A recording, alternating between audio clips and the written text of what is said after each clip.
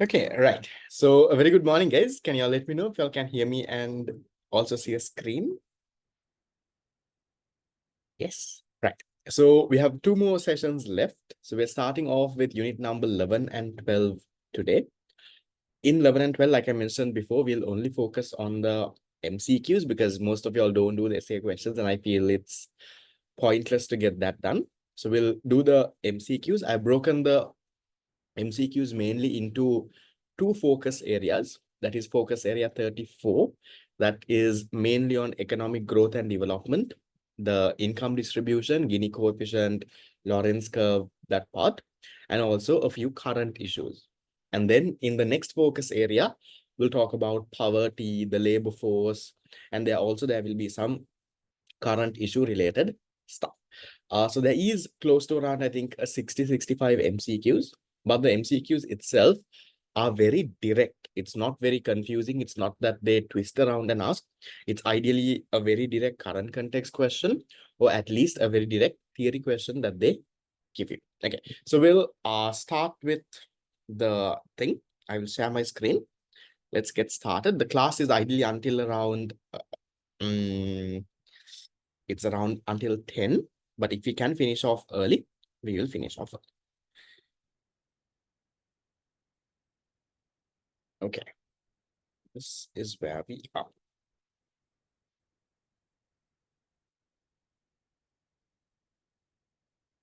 And also a reminder on the MCQ program.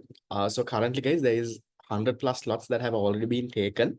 We're starting it next week. Registrations are open. I have sent you all details on the group. I'll probably share another flyer as well within the day reminding. Okay. So starting with focus area 34, economic growth and development. Yes, you can be on the first, should not be. So then 2011 A-levels, question number 43. So now I want you all to give me answers on the chat box. Faster we do, faster we can finish. So question 43 is saying, the main driving forces of globalization process are. So what is globalization? Now, globalization is in very simple terms. It is where all the countries are integrated, right? Everyone is trading with each other, all of that. So which one do you think are the main driving forces? Technological advances and liberalization policies. Liberalization policies is where my countries loosen their these things and become open economies. That's what you call trade liberalization, and you become an open economy. Bilateral trading agreements and the World Trade Organization, digital revolution and the internet, disintegration of production processes, there. Reduction in shipping cost and protectionist policies of developed countries. Which one do you think are the main ones? Most of it can actually help with globalization. Which one do you think is the main? 1, 2, 3, 4, 5. So the main one out of this is Lamai. Remember, when you say globalization, that is where the entire world is trading with each other. So some of you gave me number 2. Now, if you take Lamai, I think EDI is a bit of a mistake to see. I'm also not very sure what that EDI part is. Okay, so technological advances is definitely one factor with the tech world developing in terms of tech, right? The transportation systems, communication systems, all of that has also helped with globalization. Along with that, you've also had Lama liberalization. Liberalization is where countries become open economies. Now, even if you look at Sri Lanka, we became an open economy in 1978, right? So, sorry, 1977. But before that, so that's FDI, sorry, is FDI. Okay, so those kind of factors helps with globalization. So your answer there, Lama, the better one out of all of this is answer number 1. Technological advances and liberalization policies. Number 3 is okay, but number 3 is just about the tech side of it, right? It's only about internet and digital. It doesn't, I feel number 1 is more comprehensive than number 3. Okay, right. So 2011, 43 is 1.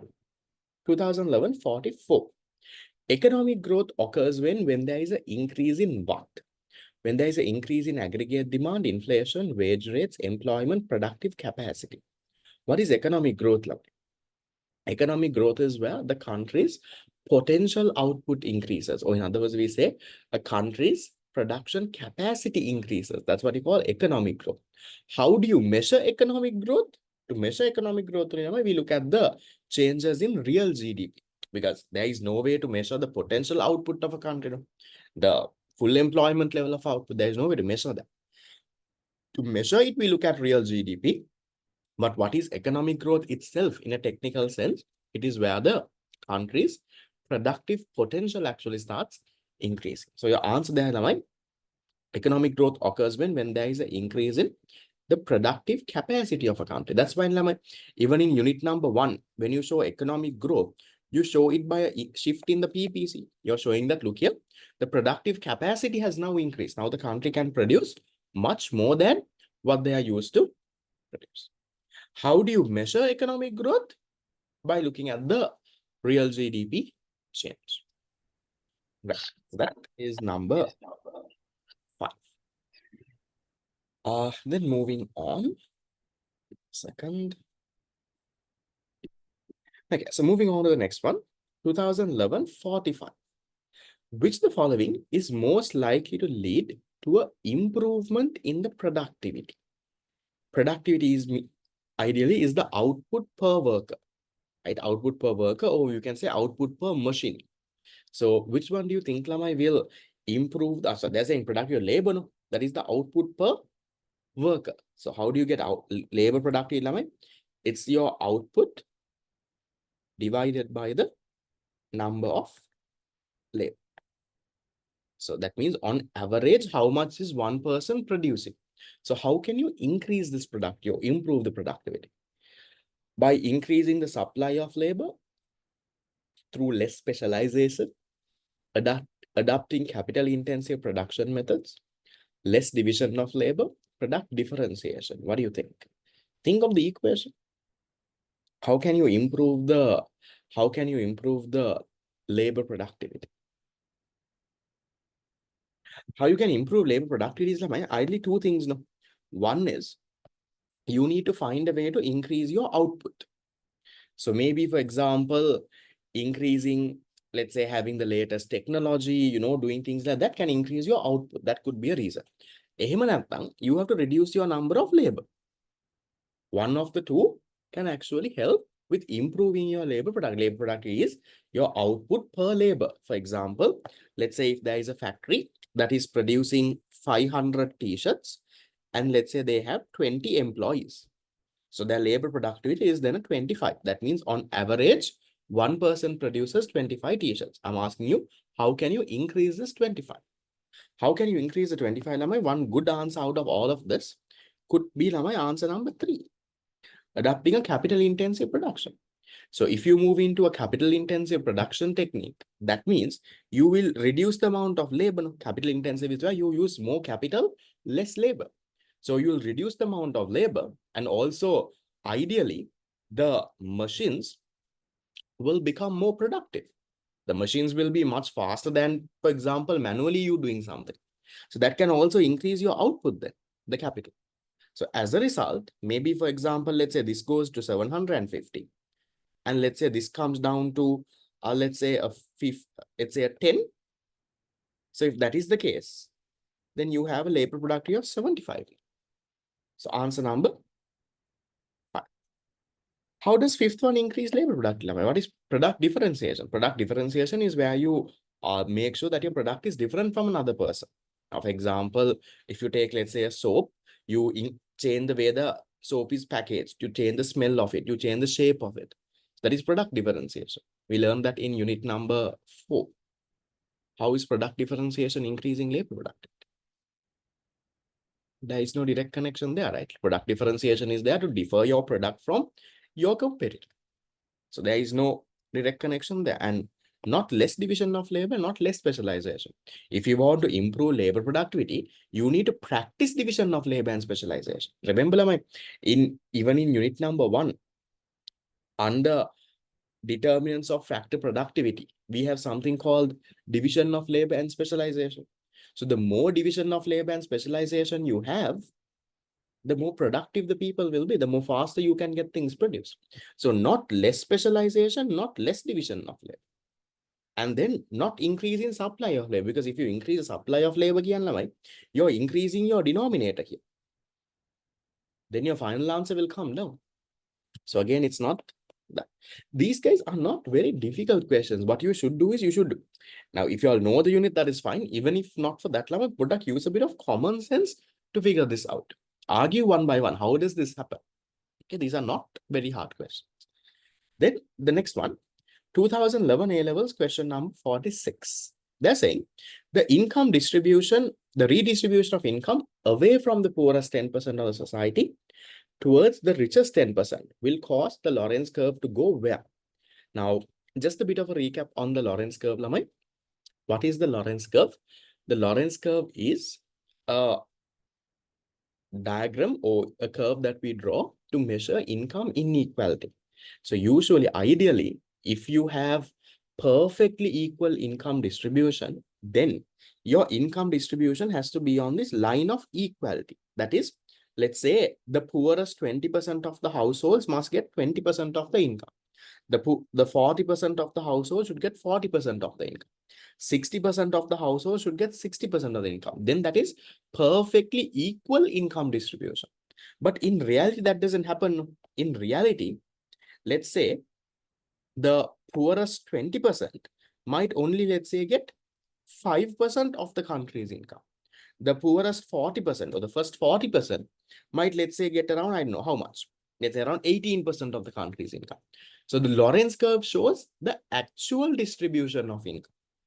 So in this story, if the redistribution of income away from the poorest 10% towards the richest 10% means, is your inequality increasing or decreasing? Is the income inequality increasing or decreasing? They're saying money is moving away from the poorest 10% and going to the richest 10%. That means the poor fellow is becoming even poorer, richer fellow is getting even richer. So if the income inequality is increasing, now where will the Lorenz curve move? Will it move closer to the line of equality, the 45-degree line, or will it move away from the line of equality? It will move further away from the line of equality. So the more unequal your distribution is, the further away the Lorenz curve will start moving. The more equal you are, the more and more equal you become, it will get closer and closer. So if it is unequal, if the inequality is increasing, what happens? Your Lorenz curve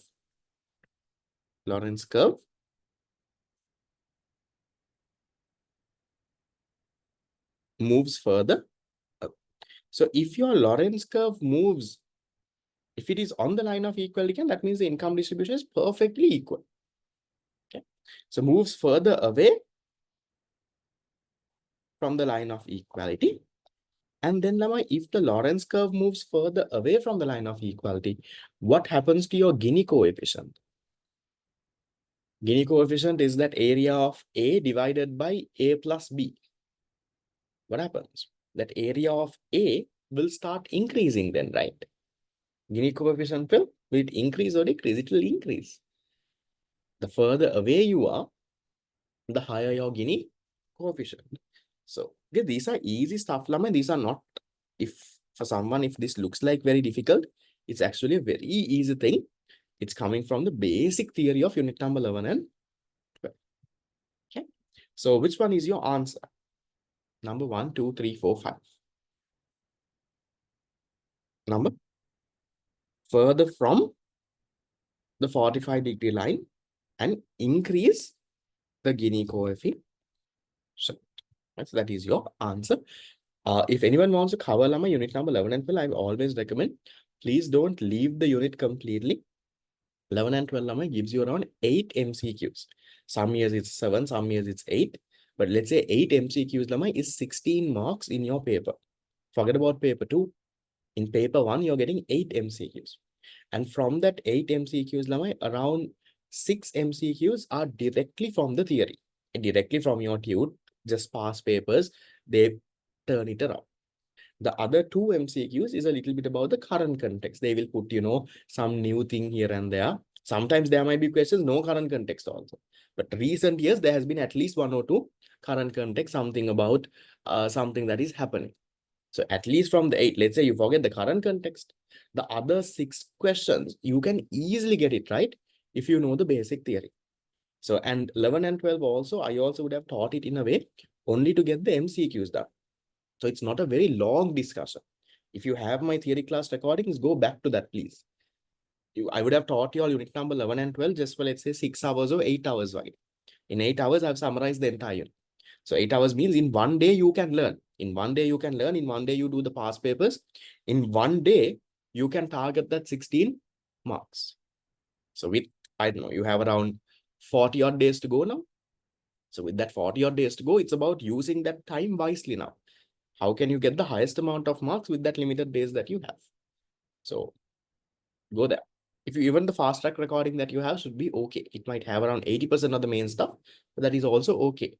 So don't completely ignore 11 and 12 is my biggest advice, because those are direct, easy MCQs. Even for the weak students, what I say is study unit number, let's say 1, 2, 3, 7, 8. After that, study 11 and 12 for the MCQs. Because if you do Lamai, just imagine unit number 1, 2, 3, 7, 8. Right? So with this, you can do entire paper 2 and you get around 22 MCQs. So entire paper 2 is 100 marks. 22 MCQs is 44 marks. You get 144 marks out of the 200 mark paper from just 1, 2, 3, 7, 8. In addition to this, if you also study unit number 11 and 12, just for the MCQs, which you can do in one day, that is another 16 marks. So then with just these units, you're targeting Lamai 160 marks out of the 200 mark paper and going. You can not just pass the exam, you can even target for a B. Or even if you do very, very well, even a A is possible. So you plan your time wisely, get the things done. Right, that part is done. Moving to the next one. 2011, 49. They're saying, according to Mahinda Chintana's development policy framework. Now, this is the current context from that year. Sri Lanka is expected to double, right? Is expected to double its per capita income in 2060. So by 2010 to 16, they wanted to double Sri Lanka's per capita GDP. Now, Sri Lanka's per capita GDP right now is around that 4,500 mark. What is the expected level of investment in order to achieve this target? Now, this is a current context question, which I also don't exactly know 15 years ago what Mahinda's target was. Okay. But realistically looking, level of investment, I feel around 25%. I feel it could be 1 or 2. What does the marking scheme say? I don't know if they have like a target of very high. I feel 1 is also better, but more answers are above 20. Marking scheme says 3. So that's the amount of investment they have achieved. Now they are saying investment as a percentage of GDP. Now remember my expenditure approach again. You have consumption, investment, government spending, net exports.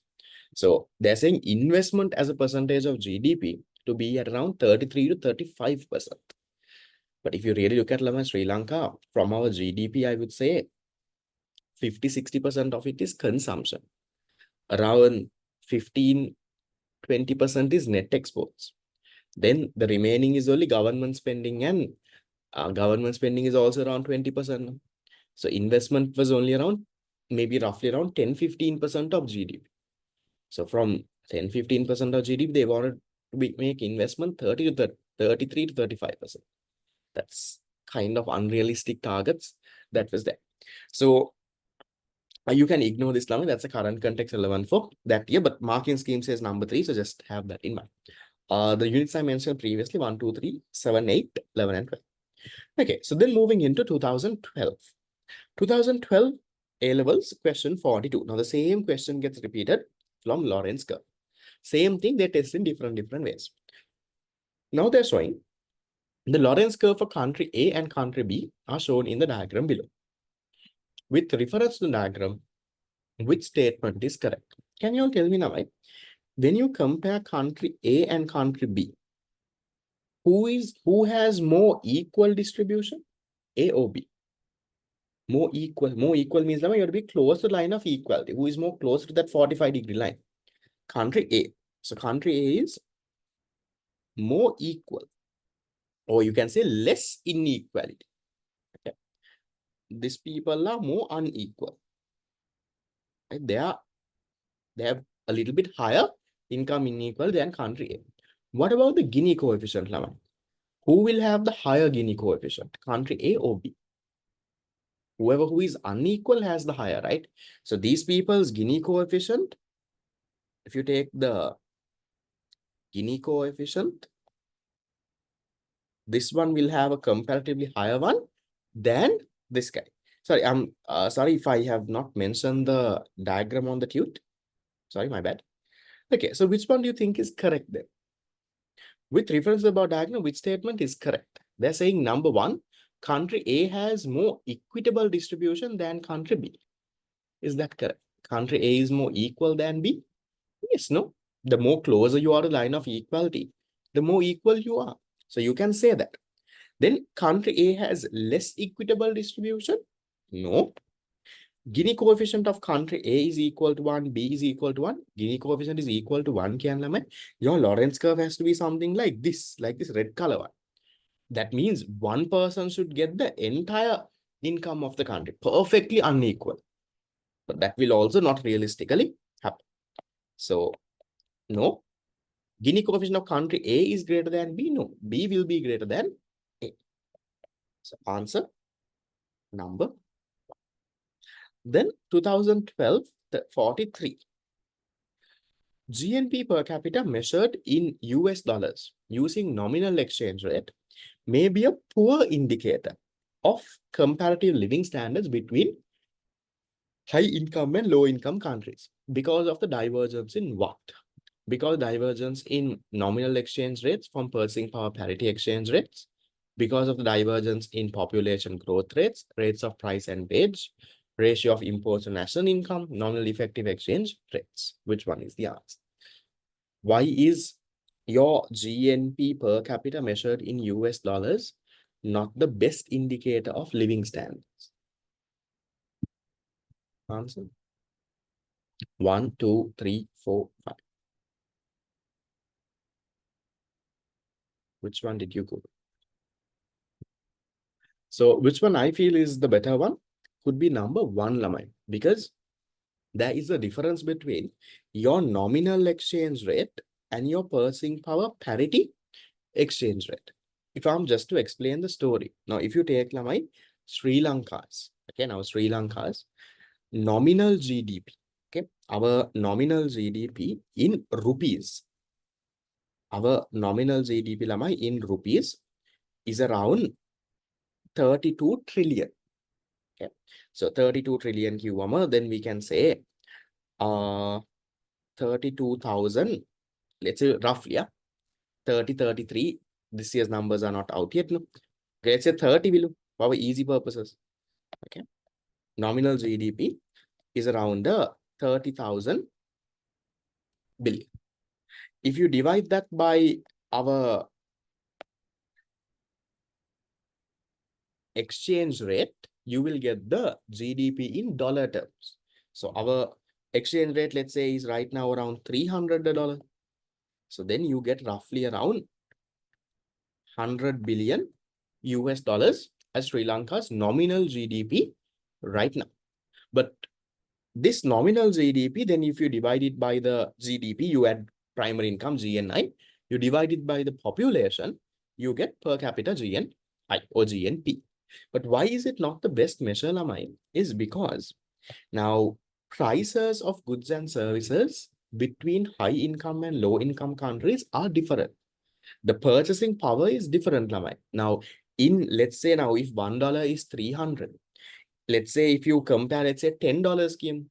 So what you can buy in US with $10, according to the nominal exchange rate, has to then be equal to what you can buy with 3,000 in Sri Lanka.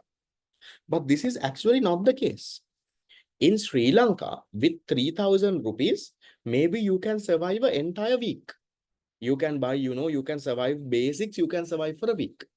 But in US, let's say in a high income country with $10, It might even be difficult to survive for a day. Maybe in US, a water bottle itself could be, let's say, $5. Because they are advanced economies, they are high income economies, their prices will be high. Lama. Standard living is high. Sri Lanka is not that advanced. For our country, Lama, goods and services are cheap. So comparing the nominal exchange rate alone doesn't give you a true picture. That is why, if you all remember, in unit number 10, we learned this thing called the purchasing power parity exchange rate. So instead of dividing this by, let's say, the nominal exchange rate, if you divide this by the purchasing power parity exchange rate, then you will get a better realistic number for your purchasing power parity adjusted GNI and then the per capita GNI. So the answer for this is Lamai, answer number 1 actually, because there is a difference between your nominal exchange rate and your purchasing power parity exchange rates. The purchasing power is not the same. Yes, $1 is 300 rupees. That's our nominal exchange rate. That doesn't mean what you can buy with $1 in US, you can buy with 300 rupees in Sri Lanka. In Sri Lanka, with 300 rupees, maybe you can buy much more. Maybe in Sri Lanka, Lamai, for 300 rupees, maybe you can manage breakfast and lunch both. You can, get, let's say, 2 short eats for 100 rupees for breakfast. And, get a basic, let's say, vegetable rice and curry for 200 for lunch. So with 300 rupees, you can survive 2 meals. In US, with $1, maybe you can't even survive 1 meal. So purchasing powers are different. So the answer there will ideally be number 1. Okay. Then the next one, 2012, question 44. Long-run economic growth in a country would be encouraged through which of the following combinations? So if you want to have my long-run economic growth, what should happen to your savings rates? Should be high or low? You need to remember the connection between savings, investment, and that story, capital formation. In unit number 1, we learned that the more and more savings there is, those money goes into the financial institutions. Financial institutions lend that money for investment purposes. That will increase the amount of capital stock in a country. So the more and more savings you have, Lamai, that can actually promote economic growth in the long term. What about investment? Investment should also be higher, right? If you want economic growth, what should be interest rates, Lamai? If you want the economy to grow, interest rates have to be high or low. Interest rates have to be low. Then my people will borrow, firms will borrow, they will expand, all of that will happen. If you have very high levels of interest rate, no one will borrow. So then this has to be low. So which answer talks about high, high, low?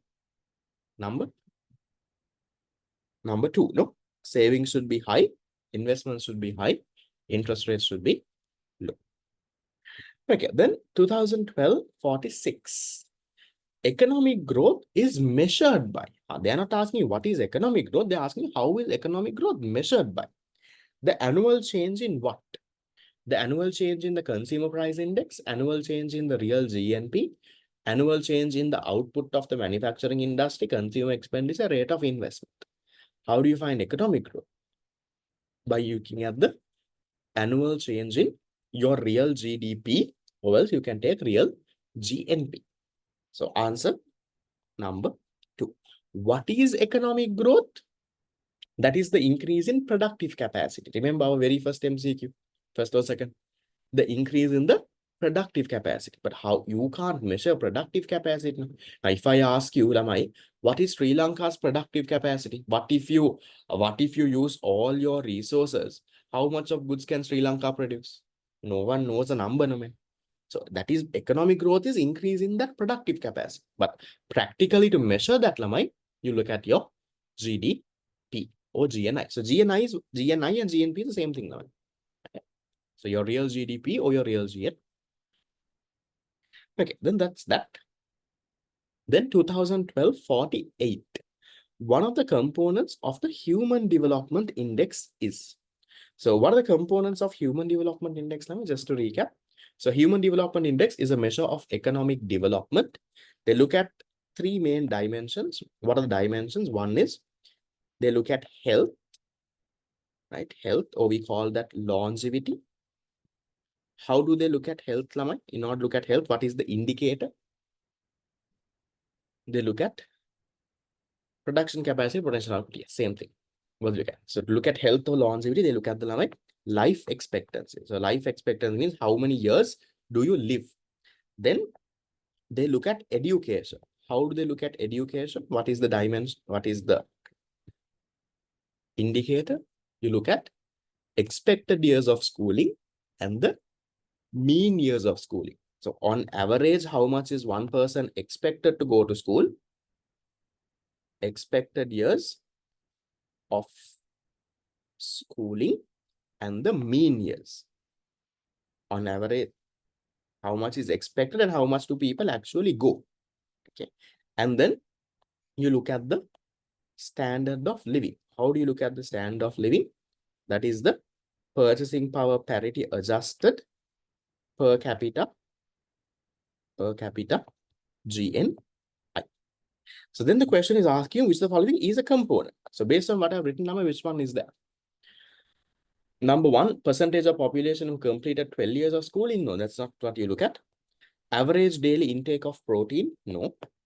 Life expectancy at birth. Yes, that is how you measure health or longevity. Adult literacy. No, you don't measure education with literacy. You measure education by the expected and the mean years of schooling. So not 4. Number of doctors per 1,000. No. So answer number 3, very direct from your theory. Then 2013 A levels, question number 42. What is typically associated with a relatively low level of income per capita? So in a country, Lama, if the per capita income is comparatively very low, what will happen as a result of it?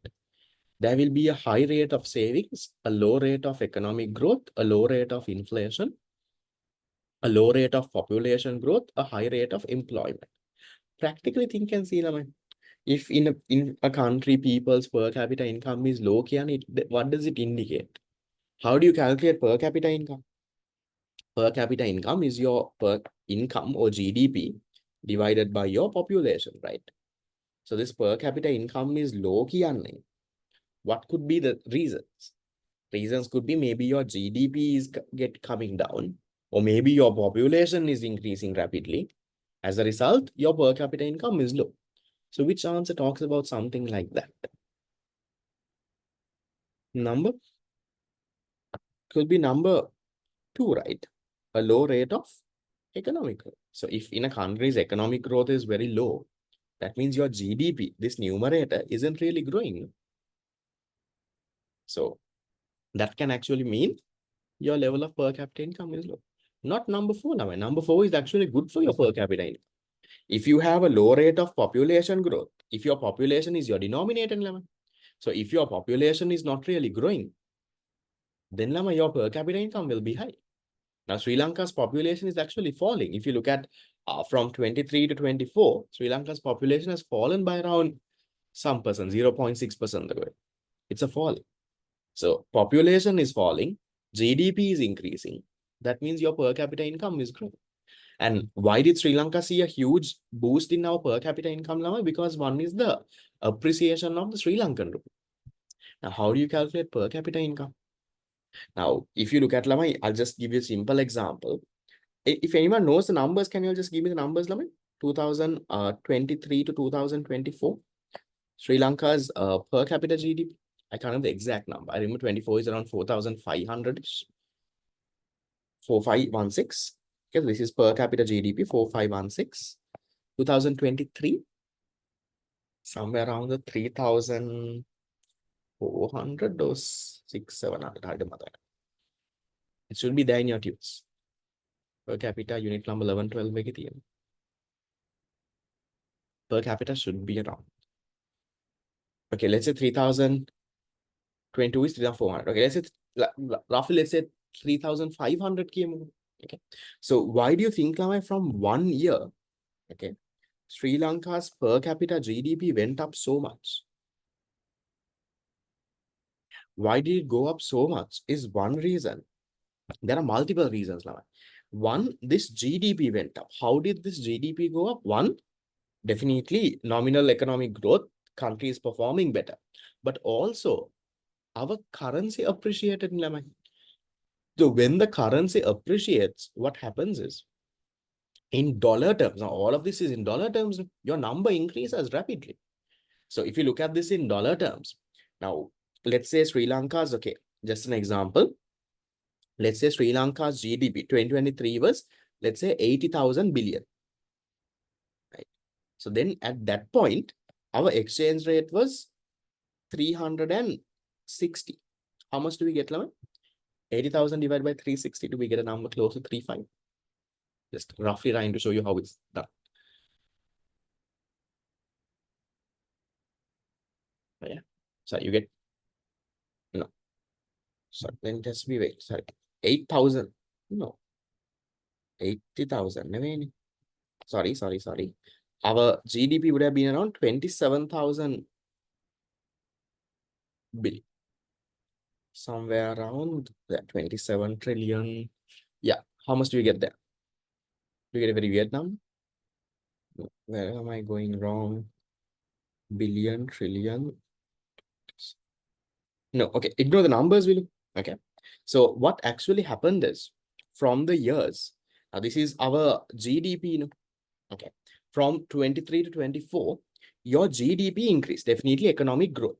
Along with that, Lamai, your currency also appreciated. Earlier, whatever number you divided by 360, but now you're dividing it only by 300. So therefore, your GDP in dollar terms went up rapidly. Our nominal GDP, which was at around, let's say, 80 billion US dollars, went to around 100 billion US dollars. And that is where your GDP increased. Along with that, your population also started coming down a bit. So all of that helped with your per capita GDP increasing a lot. That even could be a bit of a current context question for your year. So back to my question here. What is associated with relatively low levels of per capita income? What you can say is, Lamai, a low rate of economic growth.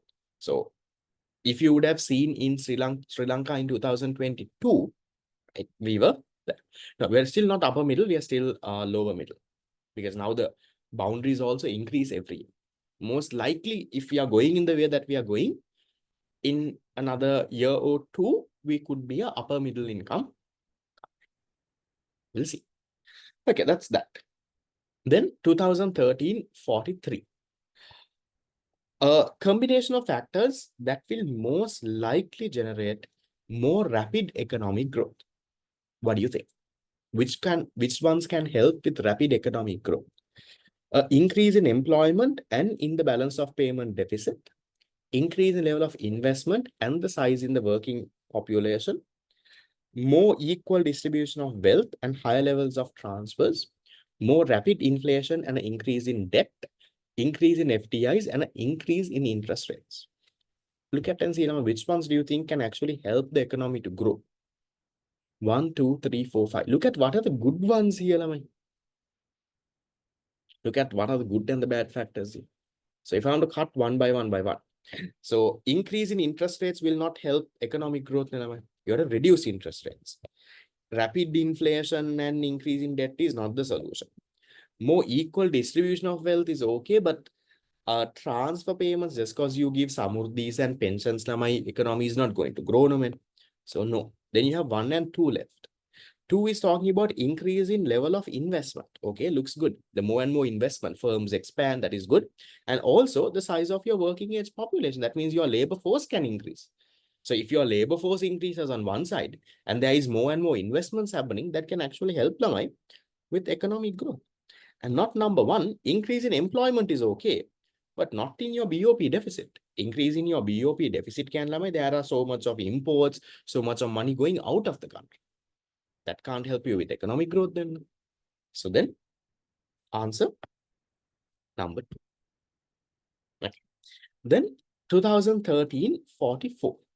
The question is saying, the table below shows for a given year, if it was BOP surplus, it would have been okay, but still 2 would have been a better answer. The table below shows for a given year, the figures of consumption, gross capital formation, and depreciation. And they are saying, there are 5 countries, A, B, C, D, E.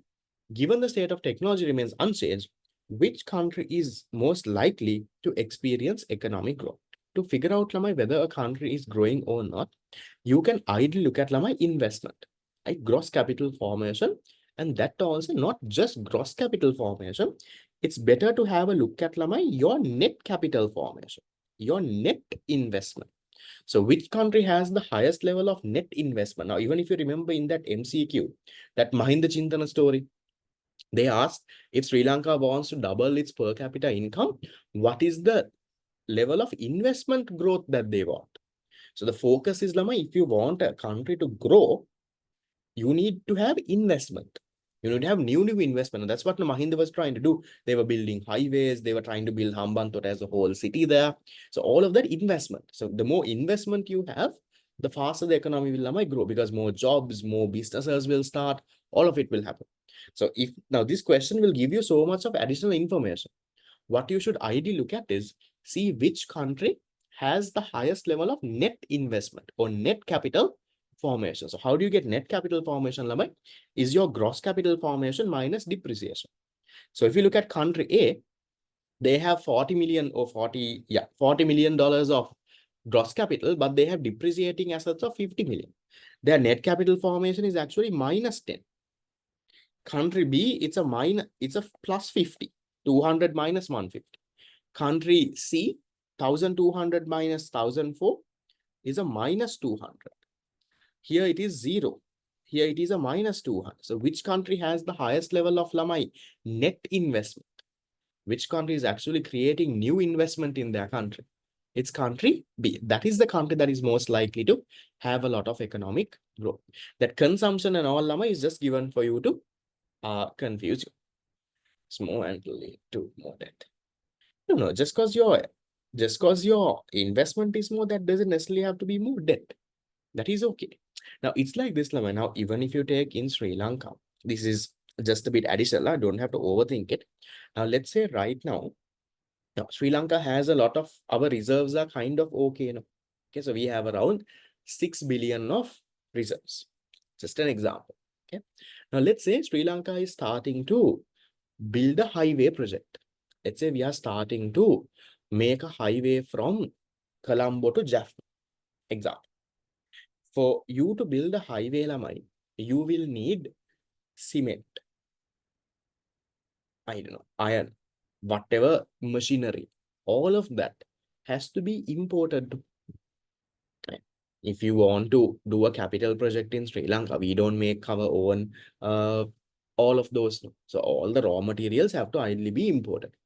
So let's say if we are building a highway, let's say it costs us $1 billion to build a highway from Sri Lanka to, Colombo to Jaffna. It costs us 1 billion. So if you start that highway project, then what happens? There'll be a huge outflow of money. So people don't look at that. People, you're just starting inside your country, you're starting a capital investment, that you're building a highway. But as a result of that, what can happen? There can be a huge outflow of money. There can be huge outflow of dollars from the economy that can lead to depreciation. If the currency depreciates, that can help lead to inflation. All of that can happen.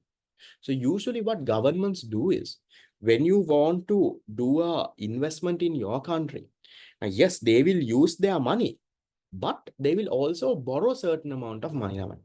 You will not use, even though you have dollars, you will not use your dollars and get that project done.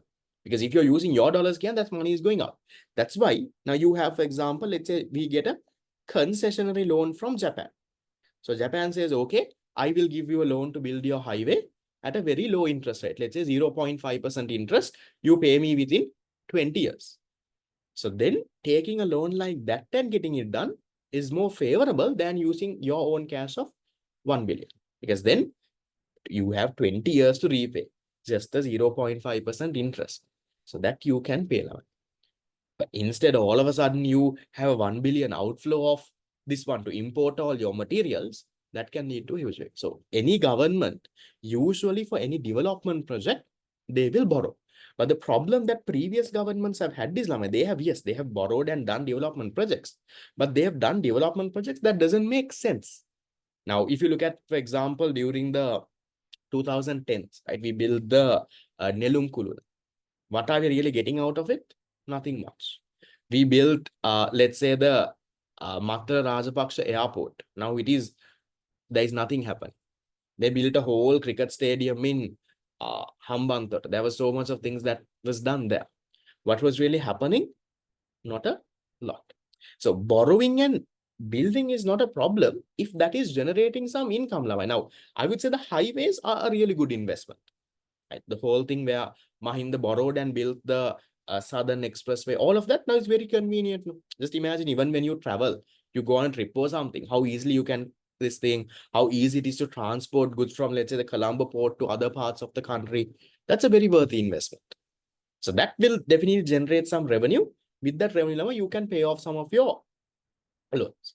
But when you use the money to do the investments that doesn't make sense, then that is where it becomes a problem. You let's say build a cricket stadium or a Mattala airport, planes are not coming, no one is coming, no revenue generation. Exactly like a sunk cost.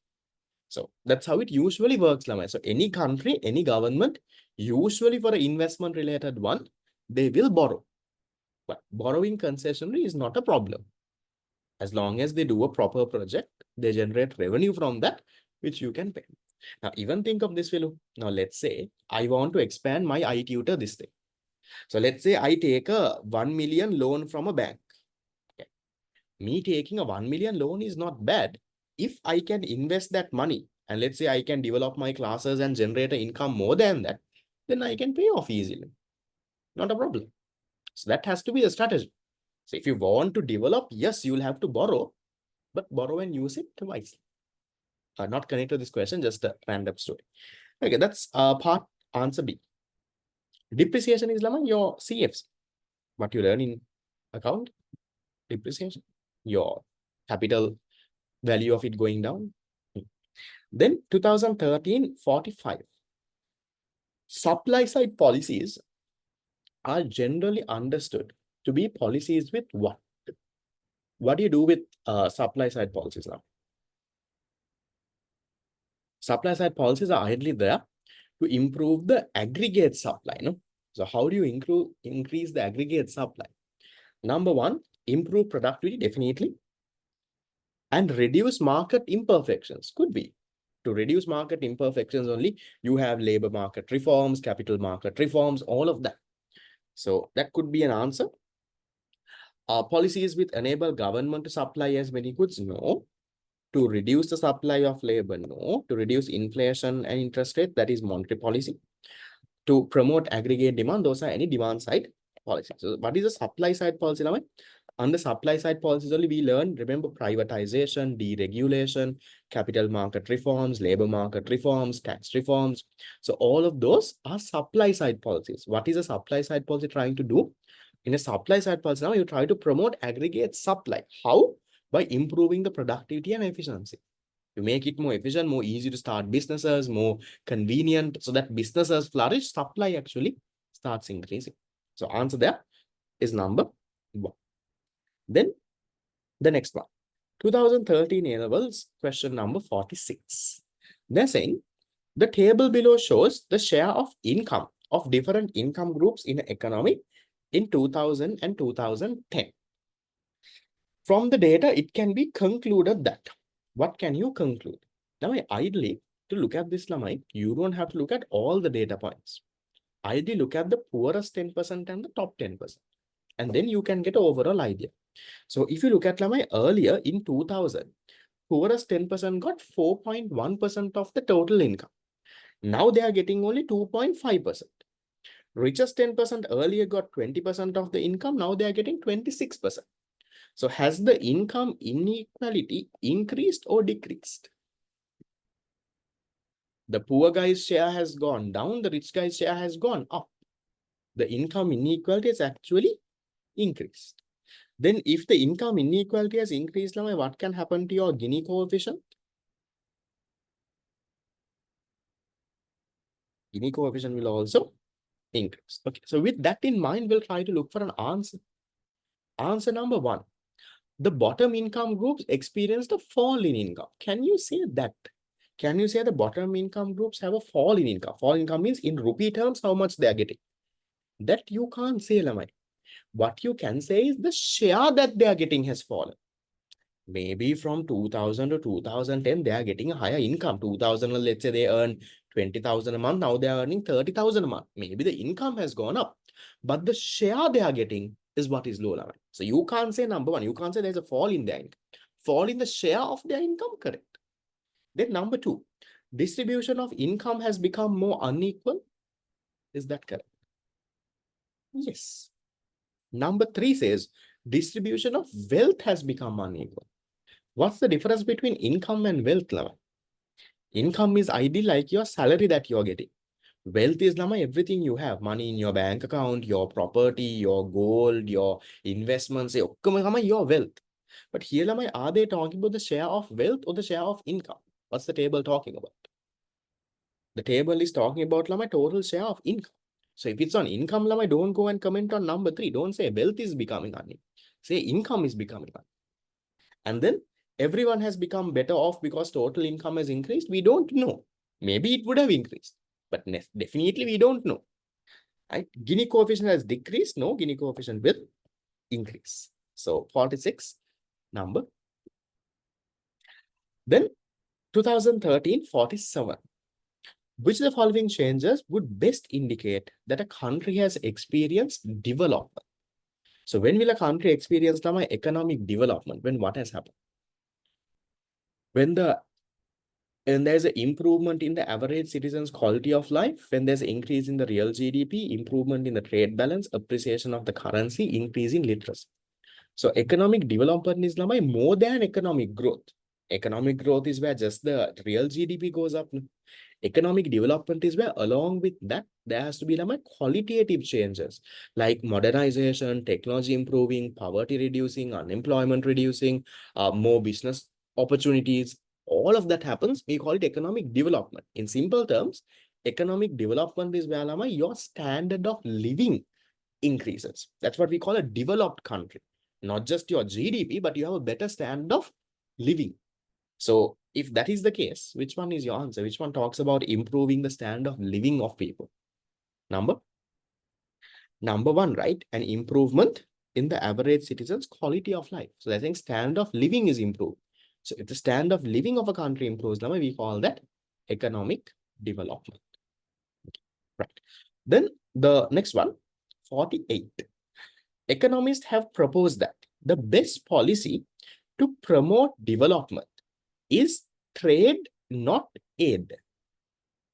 Development is not only qualitative. Development is quantitative. Along with economic growth, there has to be qualitative changes. So it's both. So they're saying, economists have said trade, not aid. The implication of this proposal is that developing countries should do what? These are a bit of a current context thing from that at that point.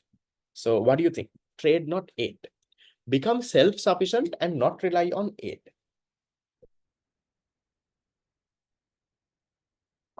Be given greater access to markets in developed countries.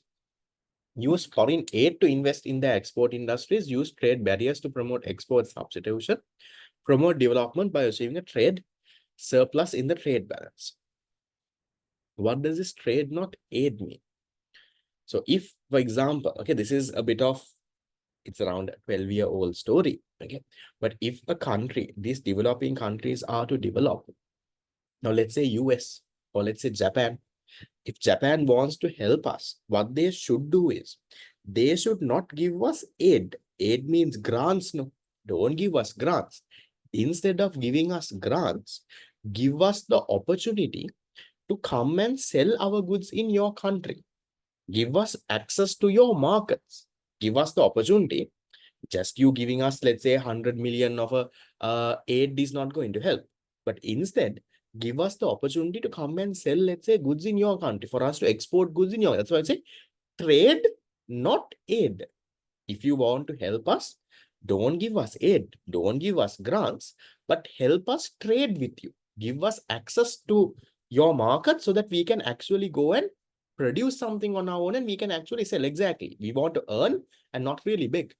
So we don't want just money from you. Give us that opportunity. We can go on this. So which one talks about that level? Trade, not aid. 1, 2, 3, 4, 5. Closer to number 2, right? Be given greater access to the markets in developed countries. Don't give us aids and all of it, but give us access to come and sell goods in your country. Okay, so not the others. There could be close answers, but 2 is your correct one. Then the next one, moving into 2014. 2014 is saying the information pertaining to a particular economy is given. Per capita income is given and the Gini coefficient is given. Now, based on per capita income, Lama, you can say whether a country is growing or not. 2011, 12, 13. Per capita income 242832. What has happened to per capita income? It has increased. That means, Lama, your economy, is it growing or not? The economy is, it is growing, right? Per capita income is going up. Can your per capita GDP going up? Can your GDP is going up? So the economy is expanding. What about the Gini coefficient now? 0.464748. Your Gini coefficient has increased, meaning your income inequality has increased or decreased. The inequality has Gini coefficient going up, inequality has increased. So which one is your answer? Inequality going up and also your economy expanding. Number 4, right? Income inequality has increased with an expansion of the economy. How expansion? Per capita GDP is going up. Why income inequality is going up? Because your Gini coefficient is increased. Yeah, that's an easy one. Then the next one, 2014, 42. The main dimensions of sustainable development are what, and what? What are the dimensions? Economic development, conservation of resources for future generations and minimizing income inequality, economic development, uplifting of social status and minimizing the income inequality, upliftment of social status, pro-poor growth, environmental conservation, inclusive growth, increase in employment, economic development, upliftment of social status, and environmental conservation. All answers look the same. Which one is your most correct one? The main dimensions. So what are the 3 main dimensions, Lamai, of sustainable development? The 3 main dimensions, if you all remember. So 3 main dimensions. You have, Lamai, economic, social, and environment. Economic is what you call profit. Social is what you call people. And environment is what you call the planet. So the 3 P's, right? Profit, people, planet. Or you can ideally, the better form of this is economic, social, and environment. So those are 3 dimensions. You look at economic development, you have to look at social, the people of your country getting better, and also protecting the environment. So which one do you think goes in line with all 3 of this? Look for the key words itself, you can get the answer. Which answer has economic, social, environment directly? 1, 2, 3, 4, 5. Could be 5, right? I feel here. Economic development, upliftment of social status, environmental conservation. That could be a better. 1 is okay. Minimization of income inequality is not the only one, level. When you say social status, it's not the minimizing income inequality is not the only one. So I feel 5 is a better answer. Can you all just recheck though? Marking scheme also says 5. 2014, 42. 11. Should be. If it is not, just let me know. Okay, then 2014, 47. What are the sub-indices that Sri Lanka should focus for further increase in Human Development Index within a short period of time? What should we focus on? What are the indicators? Labor force participation rate and the life expectancy at birth, literacy and maternal mortality rate, maternal mortality rate and infant mortality rate, per capita income and school dropout rate, education participation rate, and the purchasing power parity adjusted per capita income. Which one do you think Sri Lanka can get better at? 1, 2, 3, 4, 5. So I feel could be 5, right? Because if you look at Lama, our health is not a big problem. No?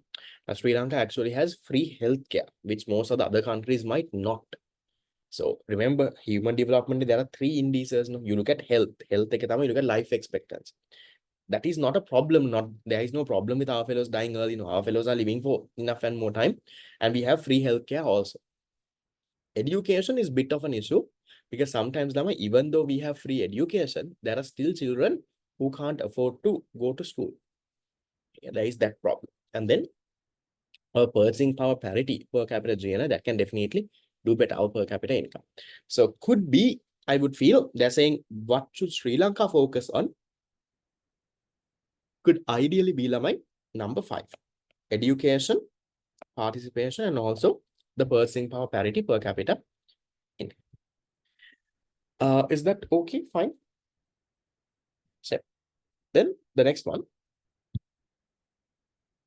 Literacy rate is pretty okay, but you don't look at human development, you're not looking at literacy rate. You're looking at the school participation rate, the expected mean years of school in the human development. Okay, what about this? The main driving focuses of globalization. Can't we say 2 for this?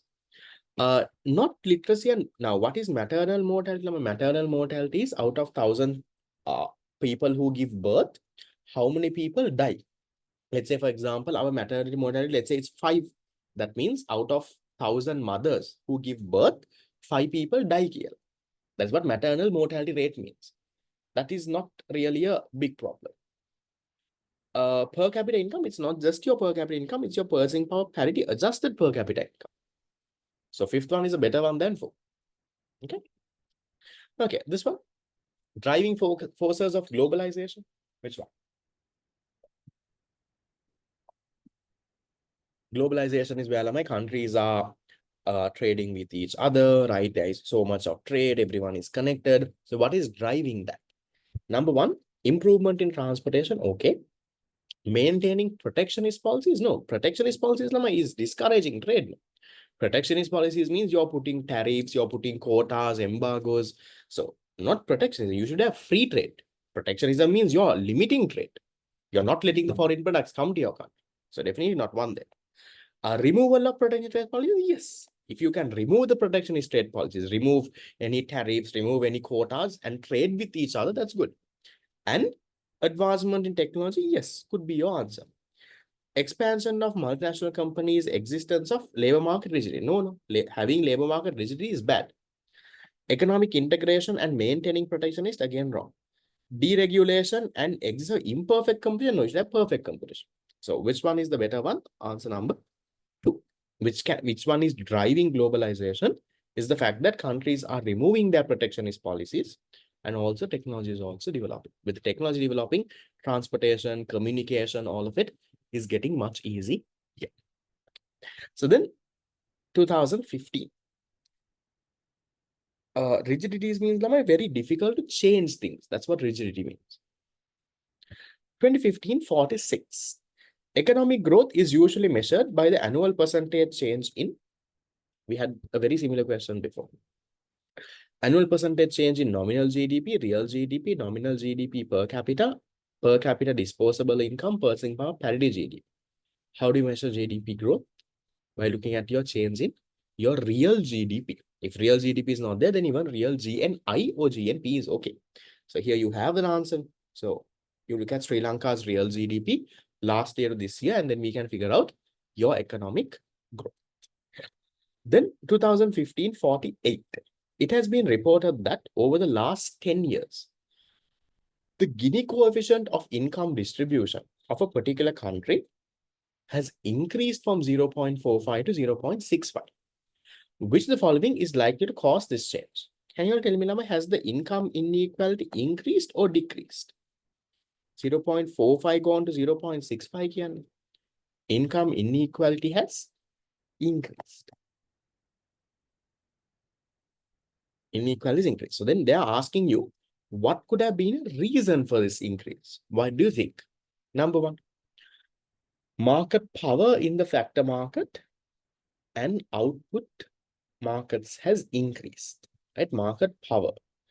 Labor market discrimination has been eliminated. Now labor market discrimination is where you discriminate against, let's say, female workers, you discriminate against, let's say, certain ethnic groups. Discrimination.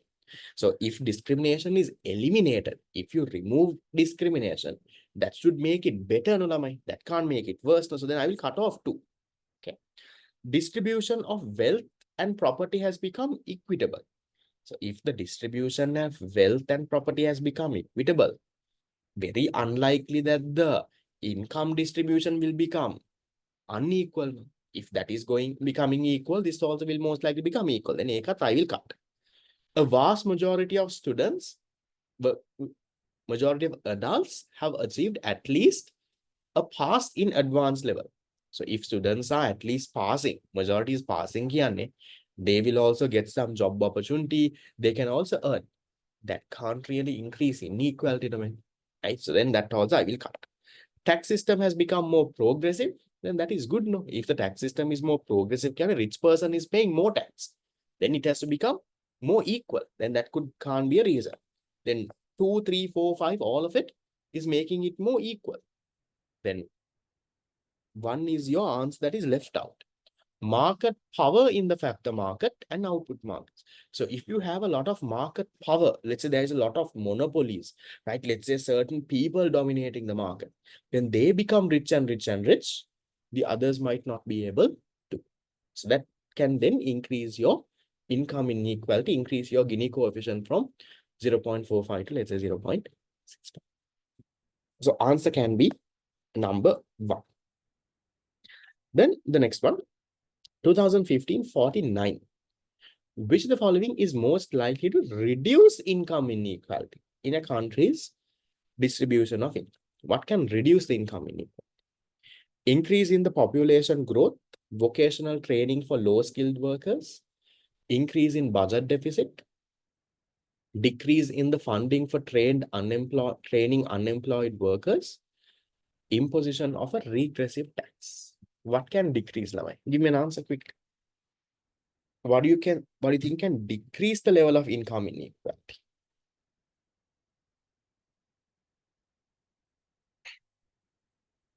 No, it can't be fine. If you impose a regressive tax is where the poor person bears a higher burden.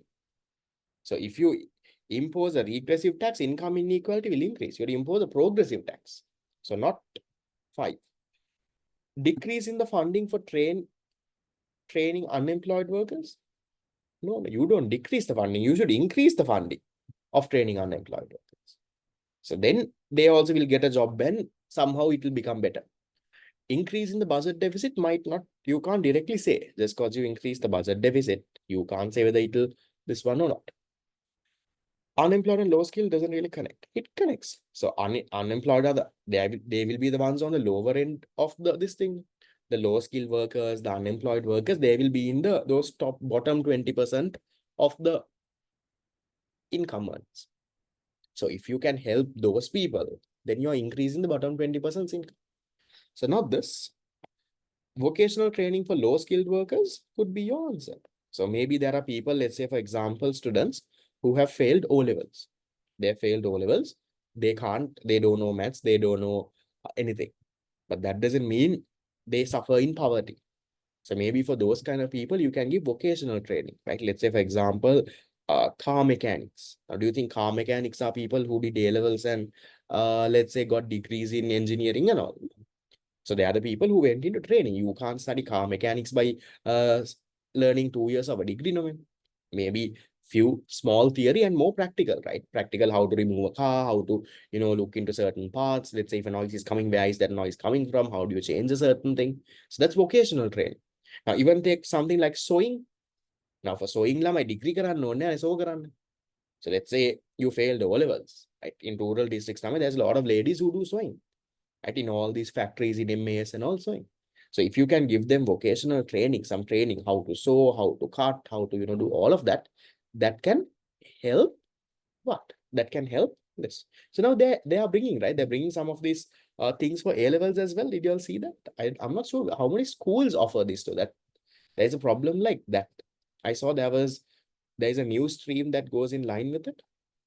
I don't know if it's a new stream or something, but instead of A levels, the government has this thing where students can, do mechanics, graphic designing, software development. So there are some like those vocational training kind of things that are there. But I'm not sure how many schools have the capacity. I'm not sure if they have to go to school and learn it, or that part I'm not sure, but at least those are good measures that they're taking forward, because you all itself might know Lama, how many people in your school would have failed O levels sometimes. And even you all might know how many people from O levels they didn't do A levels. So that doesn't mean Lama, those people will have to suffer in poverty and they have to be poor for life. So they might have some other skills, you think. So then those vocational training programs can actually help. My take on implementing skills is actually very good though. So they have to do that, Lamai, because you can't judge everyone by accounts, BSc, Con, no IT, and maths and physics and bio. Or you can't judge every student based on writing a written paper. Because this formal education might not always be correct. Increasing the population growth rate can't really help reduce income inequality. Just because more people are being born, you can't say population income inequality comes down. Okay, so 2 is a better answer. Then 2016, 1645. Which change would best indicate that a country has achieved development? Same question was there before. Now. If a country has achieved development means what has happened? I told you, the people's standard of living has improved. Your quality of life has gone up. Which one's the answer? Number 5. Same thing was there before as well. Then 2016, 47. This is a bit of an outdated question. I mean, this is based on the 2012-13 poverty headcount index, the urban, rural, and estate. If someone has the TUT, can you give me, Lamai, the breakdown based on the 2019 poverty survey? This is the latest one that we have now. I doubt if they will ask you, Lamai, in 2025. Maybe if the new poverty survey comes, definitely that year they will ask it.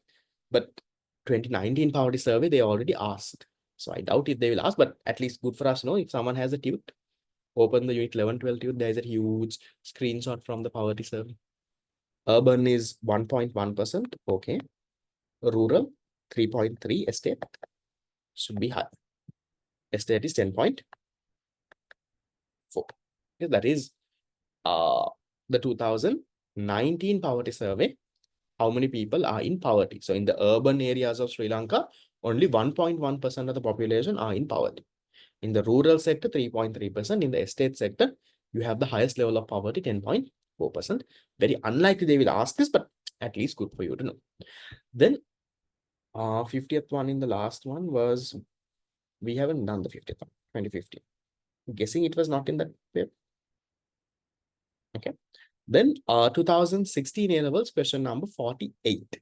So 16 A levels 48, they're saying a Lorenz curve could be used to evaluate which of the following issues. What are you looking based on this? That's all data. Yeah. Okay. So Lorenz curve looks at which one now? Lorenz curve is there to measure the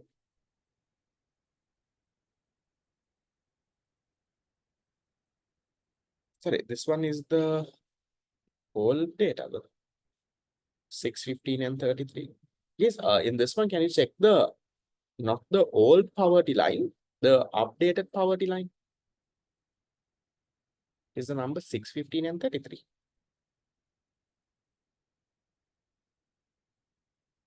Yeah. Now, so you can use that. So there is the old poverty line and the updated poverty line. Better to give with the updated poverty line. So updated poverty line, this is the number 6%, 15%, and 33.8%. Okay, so usually if they ask you for a question, it's based on the update power line, not the old power line. Okay, right. Then this one, Lorenz curve is used to show what? What did we talk about? Lorenz curve moving further away, moving closer in means what is happening? The income inequality is increasing, decreasing, right? So we are looking at what? The equality of income distribution. That's what the Lorenz curve is used for. Then 2016, 50. Which the following countries is not a member of the G7? So there is something called the G7, G8, G20. I doubt if this will be a question in your paper, but I just put a screenshot of a picture so that you all have some idea. Which one is not? G7, Japan is there, Canada is there, France is there, Italy is there, Russia is the one that is not there. So Russia is idly in G8, so not in G7. This is also probably like those trading blocks. This is economic integration.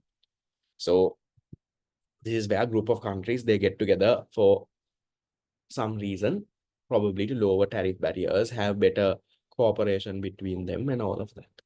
G7 countries. So G7, G8, and this. 48, the answer was number 4. Okay. Right. 16 is done. Then we'll move into 17. I'll do 17 and 18. I'll give you a break. Okay. So 2017 question 45. Economy's GNI per capita based on purchasing power parity has increased over a certain period of time. But its development measured by the Human Development Index has remained unchanged. Just think, Laman. Now, you measure human development with 3 things. No? One is you look at health. How you look at health is you look at the what? Life expectancy. Then you look at education. How you look at education is the mean and the expected years of schooling. Okay. And then you look at standard of living with the purchasing power parity adjusted per capita GNI. So they are saying the purchasing power parity per capita GNI has increased. So this third one has increased. Okay. Even though the third one has increased, what has happened is your overall human development index has remained unchanged. Logical looking at what do you think would have happened? How come even though the third one increased, your purchasing power parity GNI didn't really change? What would have happened is, ideally one of these two would have fallen. Would you all agree with? Ideally, the life expectancy part would have fallen, or there would have been a fall in the mean or expected years of schooling. So those two indicators would have been performing bad. The third indicator performed well. So overall, it remained unchanged. So just think, this is like, for example, your term exam marks. Your econ marks increased. Even though your econ marks increased, your average compared to last term is the same. Even though econ marks increased, your average is the same. Your other 2 marks would have come down. That is what is happening here. Third indicator, purchasing power parity per capita GNI is going up. But why is the HDI not changing? Something would have happened in the first two. So which one goes in line with that? Increase in number of expected years of schooling? No, it has to come down then. The second one. A decline in life expectancy could be. The first indicator, if that comes down, that could be an answer. A decrease in adult literacy, we don't look at literacy. Inflation, we don't look at. Population growth, we don't look at. So could be number.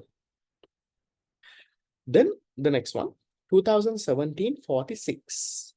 The Lorenz curve in the diagram below depicts the distribution of household income in an economy. How is the Gini coefficient calculated? Now, don't memorize Lama A divided by A plus B. It is this area, right? This blue shaded area divided by this area plus this area.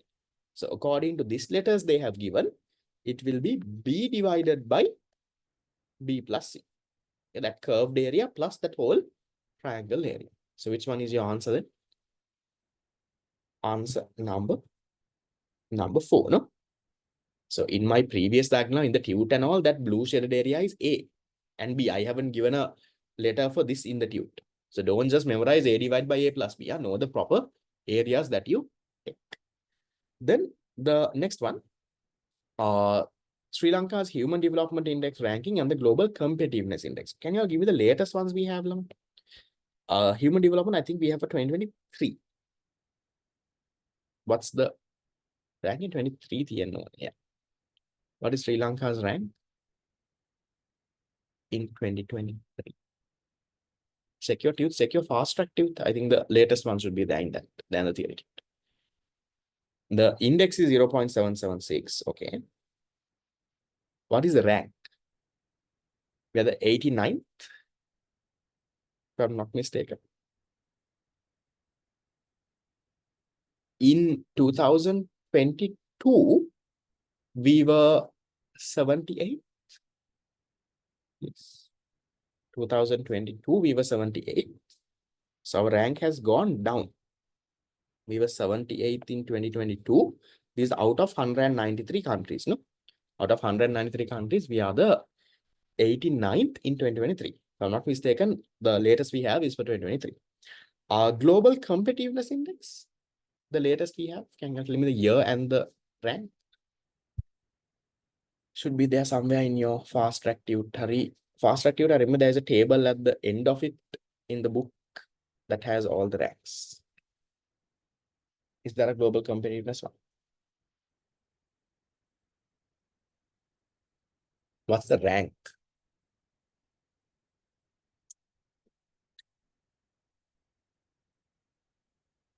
84th, that is 2019, no? So I'm guessing there is no latest available ranking for that. I think probably this thing would have got discontinued.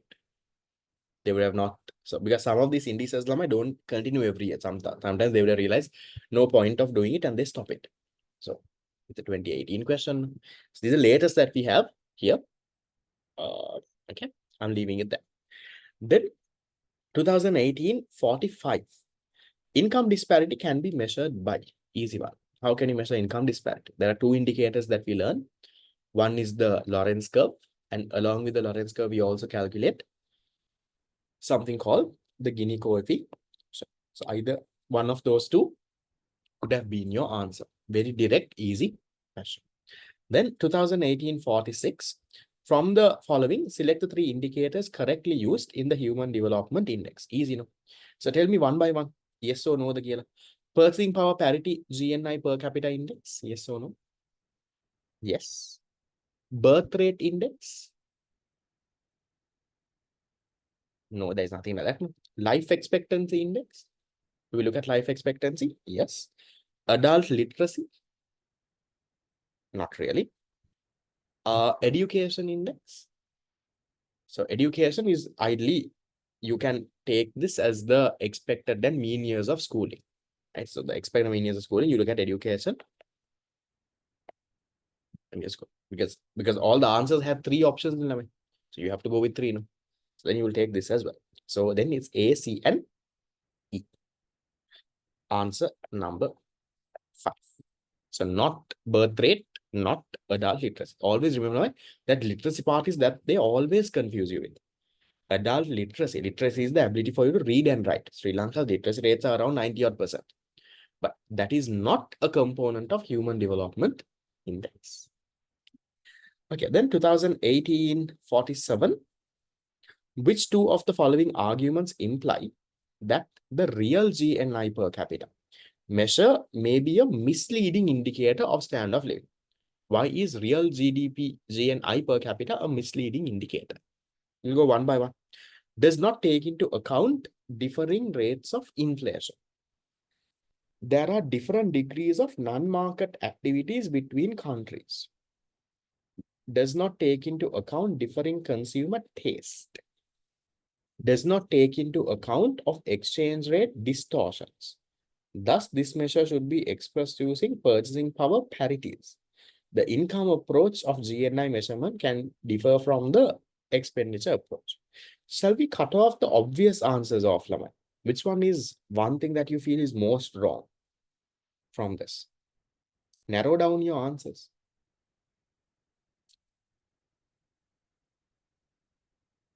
E. I can cut off. No, E is saying your GDP that you calculate from the income and expense approach are different. And my both approach are same. So I'll cut off E. And if I cut off E, then I can cut off the fifth one. Now narrowed it down to 4 options. Which one else can I take into this? What do you think? Trying to cut off the ones that you feel might not be an answer. They're asking you, why is GNI per capita maybe a misleading indicator? So they're saying real GNI. Tell me this time, does real GNI adjust for inflation? Real GNI, a real thing adjusts for inflation, right? Your nominal is the one that doesn't adjust for inflation. So if the real GNI adjusts for inflation, then the first one that says does not take into account of differing rates of inflation, that one you can cut off, right? Because your real GNI, you can say, look here, real GNI is your nominal GNI adjusted for inflation. And I'll cut off that also. So then I'm left with answer 2, 3, 4. B, C, D. Which one do you think is this one? Which one do you think are the correct answers? They're asking you, why is real GNI? Real GNI is how you take your GDP, same like GDP. So you take your nominal GDP divided by your deflator, you get your real GDP. Same thing, nominal GNI divided by deflator, real GNI. Which one do you think? 1, 2, 3, 4, 5. Sorry, 2, 3, 4.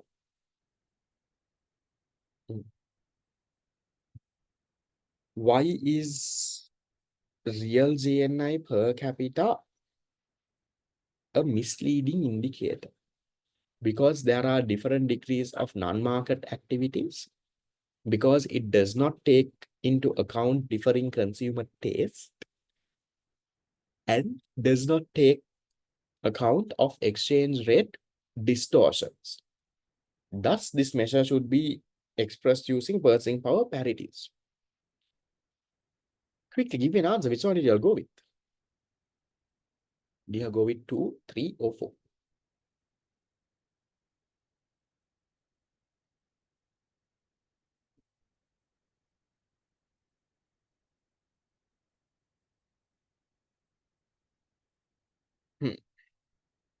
I feel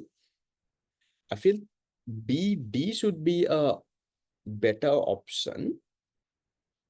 Can you also just check with the marking scheme? What does it say? But C is also okay. Now that C is completely wrong.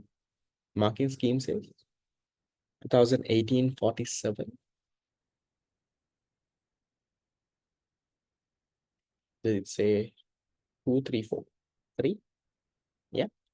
Okay. So just to explain that story, Lamai, why is it 3? One is there are different degrees of non-market activities between countries. Now take Lamai, for example, in Sri Lanka. Now Sri Lankan culture and let's say in US the culture. In Sri Lanka, Lamai, if a baby is born, yeah, and then the mother stays at home, mother works, quits their job. Let's say, no matter how much the career is, they might stay at home, look after their children. Even let's say for 2, 3 years, the mother might stay at home. Okay, and then let's say when the children are going to school also, most likely, now even if you take most of our parents, majority could be housewives. Now, my mother is a housewife. She's not working. But that won't be the case in, let's say, for example, in US. It's the same thing happening though. In Sri Lanka, your mother is looking after you. In US, maybe, let's say, someone in a daycare is looking after you. So in Sri Lanka, that looking after story is not a market activity. It's a non-market activity. In US, looking after will become a market activity because there almost everyone is going for daycares. Same thing is happening. But in US, that will be a part of their GDP. Because someone is going to daycare services, GDP. But in Sri Lanka, mother looking after you, not in GDP. So there is an issue there, right? In developed countries, that becomes a part of GDP. But for us, same thing your mother is doing, not a part of GDP. That is what number 2 is saying, Lavan. There are different degrees of non-market activities between countries. So certain countries, their non-market activities can be different from another countries. So therefore, Sri Lanka's GDP will be understated there. US will have all of that in their GDP, we won't have. That is why your GDP per capita or GNI per capita might sometimes become misleading. That is that. And then another reason is, Lamai, what I explained earlier. I told you the amount of money, the amount of goods you can buy in US with the same amount of money is not the same of what you can buy in Sri Lanka. Our exchange rate is $1 is 300. But that doesn't mean what you can buy in $1 in US, you can buy for 300 rupees in Sri Lanka. For Sri Lanka, in 300 rupees, you can buy more goods. I told you, you can maybe even survive breakfast and lunch with 300 rupees in Sri Lanka. But in US, maybe even to buy a water bottle, you have to spend, let's say, $5. So it's not easy. So that is why number D could be a better answer about purchasing power. That's why I'm going with answer B and D. C is not a very great one. So it should be 3, B and D. That's why purchasing, this one is not good. Does not take into account differing consumer taste. So that is thing, consumer taste differing, it's almost impossible to take into account. So whether you have purchasing power parity or this or this or that, how are you going to take into account differing consumer taste? Sri Lanka's consumer's taste is different from a US consumer's taste. That will anyway be there. So I don't think that's a big thing to worry too much about. So you can go with B and D. That is answer number 3. Okay. Right. Then go in the next one. 2018, this. The sectoral composition of GDP at present. Can someone give me the latest numbers, Laman? 2024? Sri Lanka's GDP breakdown. Can't remember the exact numbers, but if I'm not mistaken, agriculture is less than 10%. It's around 8, 9-ish. Industry is around that 20 odds. Services is about 60. No, 26, 25, 40, that has to be employment. He's not asking for employment. No? Data below indicates the no, this GDP. GDP, agriculture can't be 26. That is employment. How many people are employed in the agriculture sector? That has to be 26.1 and all of it. How much do we get?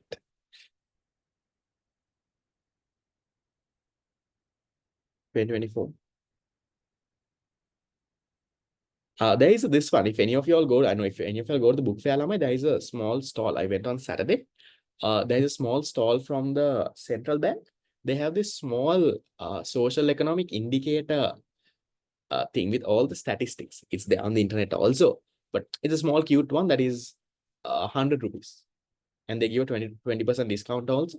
So it has all the data and all of it. There is some interesting data. Quickly, how much is the numbers? So you can do a search and get it, Laman. I'll just give you rough numbers here. The 24 central bank report is there. That you can get from there. 23 central bank report was also there. I don't think you'll have time now to read the central bank report, but if you want to get it and just sound fancy, you can. So the numbers, if I'm not mistaken, this should be around 7 to 8%. This should be around 60 to 65. This is 7.5. 7.5. Industry and this one. Industry is 26.7. This has to be around 60.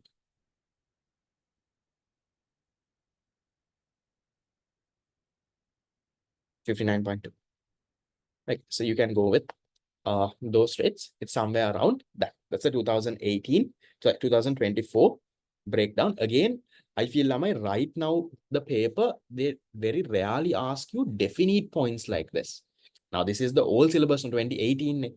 From 19 onwards, what the examiner has also stated is they don't want like exact data points and all of it because they don't want people just memorize and come in. For example, even I don't know the exact thing for a decimal. But I know where to look for this. If someone asks me how much is, I'll tell you 1 minute product, I'll find and tell you. So they're not trying to test your memory power. So don't worry too much there. But roughly you should know the idea. Roughly you should know. In my head, I know this is somewhere around this kid. Then I can tackle the MCQ. So I know definitely, okay, this is this. Now, if they ask me for the answer for this, I'll say definitely not maybe the 2018. So definitely not 5%. Definitely not 12 or 15. I will narrow it down to 7 and 10. And then we look at services, most likely I will say closer to somewhere around the second one. So you should roughly know where it is so you can narrow it down for MCQs, definite points. Even if you have not memorized, don't worry. Okay, then so we quickly do 2019 and take a break. Then we have lesser papers after it. Okay, so quickly give me answers. 2019, 43. How many sustainable development goals are there, Alaman? SDGs. They remember there's a colorful box. How many boxes are there? There are 17 sustainable development goals, which every country has to ideally achieve by 2030. Then 2019, 45. One of the components of the Human Development Index, very easy. No? You all know the three components. You know the sub-indices. Which one is the one? Same thing repeated before also. Life expectancy at, but that's how you measure health. Then 2019, 46. Economic development refers to economic growth with changes in output distribution and economic structure, improvement in the well-being of the urban population, sustainable increase in GNI, removal of income disparity. What is economic development? Economic development is where the standard of living of people increase. That is where, along with economic growth, you have to have certain qualitative changes also. So which one talks about something like that? Number 2, right? Economic growth with changes in output, economic structure changing. So that is qualitative changes happening around. Then 2019, 47. Which of the following economic issues can be evaluated with the use of Lorenz curve? Same thing again was there before. So Lorenz curve is there to examine what, Lamai? What can you see with the Lorenz curve? You can look at the income distribution, right? Income inequal. That's what you measure with the Lorenz curve. So which one talks about it? Number 5. Then 2019, 49. This is a bit of an old one, right? So what can the economic development policy implemented in Sri Lanka during the period of 1960 to 1977? Now, this is proof that, remember what is your unit number 12 called? Your unit number 12 is called Sri Lankan economy after independence. So when you say Sri Lankan economy after independence, they can ask you anything that happened after 1948. Okay. So, but how I will tackle this question is this, Lamai. One thing that I know, Sri Lanka became an open economy after 1977. That I know. Open economy, that is where we openly started engaging in international trade and all of it. So they are asking for a period before that. So before that, we were not an open economy. We were trying to produce everything on our own. Right? That basics I know. So which one do you think goes in line with something like that? A outward-oriented export promotion policy, a inward-oriented import substitution policy, neoliberal economic policy, open market policy. Definitely not open market. Now, I will cut this. Right? And then market-centered development policy. What do you think was there before? And not outward-oriented. So can't be this, because after 1977, Tamai Lamai, we started, for example, exporting and doing all of that. ඒකට කලින් ඒව කරේ නෑනේ. So then I am cutting 1 and 4. Neoliberalism, it's more like liberal, like where pure market economy, that kind of a story. Okay, which one? So before this, what we were trying to do is we were trying to produce everything on our own. We produce our own sugar, we produce our own vehicles. Do you remember this? There is this old sometimes sayings, earlier back in the days, we made our own vehicles also. Sri Lanka made our own vehicles. We have this factory, we had that factory. Sometimes your parents or grandparents will say. That is where you try to produce everything on your own. But then the problem was there was so much of shortages. That is why in those times, you had these ration cards, people had, limits and the amounts they can buy. All of that was there. So ideally what we had is should be number 2, inward-oriented import substitution policy. So what we were doing is we were not open for international trade. What we were doing is whatever that we can get from abroad, we were trying to substitute from Sri Lanka. We were trying to make it on our own. So that's what we had. But that didn't really work, Lamai. Because you all know, Lamai, comparative advantage. So the country that has the lower opportunity, there are certain countries that are better at producing that. For example, take vehicles. Now, vehicles, yes, Sri Lanka can produce, but we won't be that efficient in Lamai. You have Japan, let's say Toyota. Now you have China, BYD. They are good, very good at making vehicles. So it's easier for them to make vehicles and send it to us than us producing our own vehicle. Now you also know Sri Lanka tried to produce this Vega thing, but has production even started? They produced one nice red color supercar kind of a thing, but nothing after that.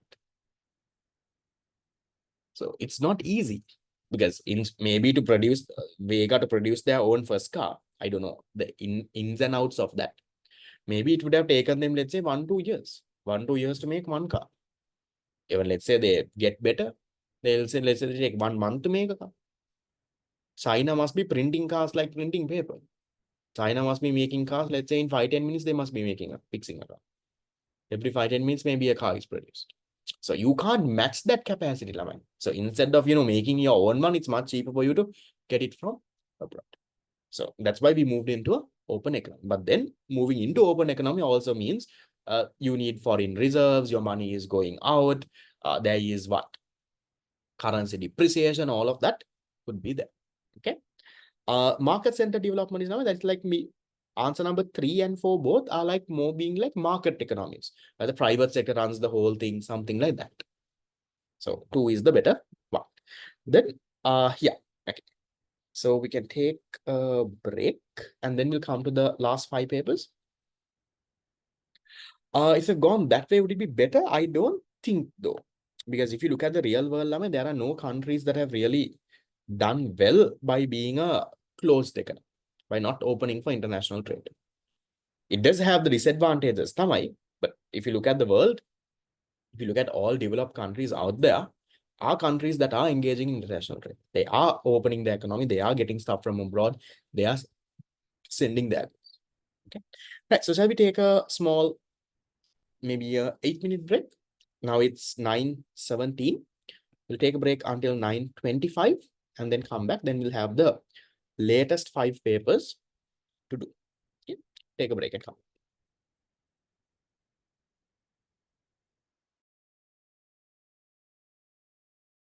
Okay, so we'll move Lama into the latest questions that we have. So there is around 20 odd MCQs left. The faster we do, faster we can finish. So 2020, question 43. The question saying economic development means. What is economic development? Economic growth with a BOP surplus, economic growth plus structural and qualitative changes, improvement in the standard of living of the urban population, sustainable increase in GNI, equitable income distribution with a reduction in poverty. Which one's the more complete answer? Along with economic growth, if you can have structural and qualitative changes. So qualitative changes like reduction in the poverty, increase in employment opportunities, all of that is there. If there is another answer that talks about increased standard of living, that could have also been an answer. But here they say standard of living of only urban, no? So then that's not the answer. Has to be number 2. Then 2020, 44. What is sustainable development?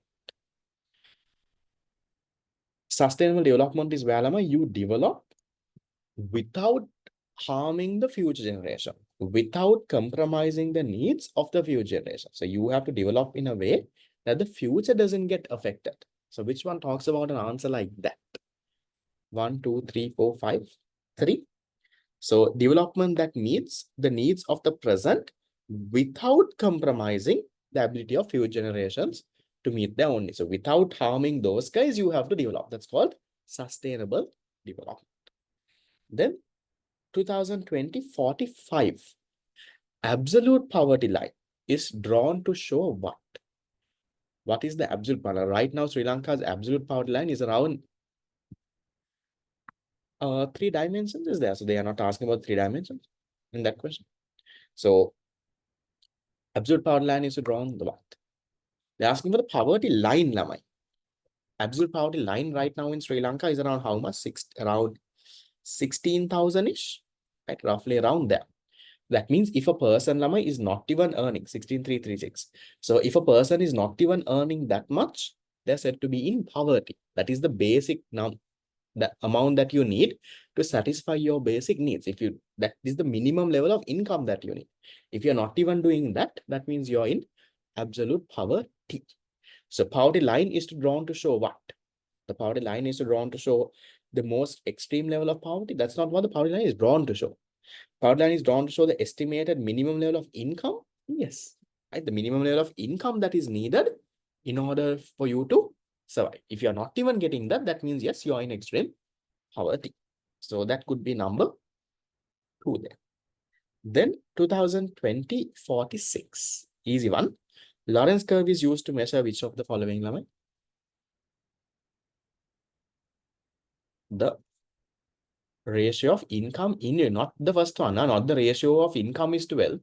It's the ratio of income inequality to income equality, right? How is your income equal or unequal? That's what the Lorenz curve is there to measure. Number 3. So can you see the same question again and again and again? They change it and keep on asking. Then 2020 48. The ease of doing business indicator. What is that for? Get it from the word itself, Lamai. What does ease of doing business mean? Ease of doing business. What does that indicator mean? That's what they're asking. The ease of doing business is about, Lamai, how easy it is for you to start a business, register, continue, get your labor and all of that, right? So which one talks about something like that? Ease of doing business is about number 4, right? It measures the ease of starting and running a business in countries. Who is number 1? This indicator has actually been discontinued. Who is number 1 in this? New Zealand is number 1. They are the highest ones, and from 2020 onwards, this indicator wasn't continued. Sri Lanka was ranked 99. Okay. Then 2020 50. The top 4 countries that have contributed to Sri Lankan FDIs in 2018. Again, a bit of a outdated kind of a thing, but if you look at FDIs now, which countries do you think? 99 is not very bad, do you think, but out of around 140 odd countries. So, whom do you think has brought the most FDIs into Sri Lanka? 1, 2, 3, 4, 5. China is definitely there. That's why China is there in everything. No, so, in the recent years, Laman, it's like this. Now, if they ask you this question right now, again, there is no visible data available because right now, Laman, there's not been a lot of FDIs that have come in. There's been some small things that have come, but not a lot. Maybe now if Sri Lanka's growth story continues and Sri Lanka's, corruption reduces, everything happens, maybe 2-3 years down the line, we might have a lot of FDIs again. But right now, there is not a lot coming. So we'll go with the answer in the marking scheme. What does the marking scheme say for this? This is still around 7-8 years old. Don't have to remember this in detail.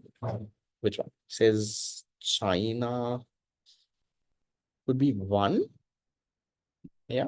China, Hong Kong, India, Malaysia. Okay, so that is the answer at that point. Right now, also, it's mainly China, Japan, but China, Japan, India, some of it. There is no exact countries right now. So even right now, because we are not getting FDIs really. So maybe if they ask you this question right now, it is still, there is some Chinese investment happening.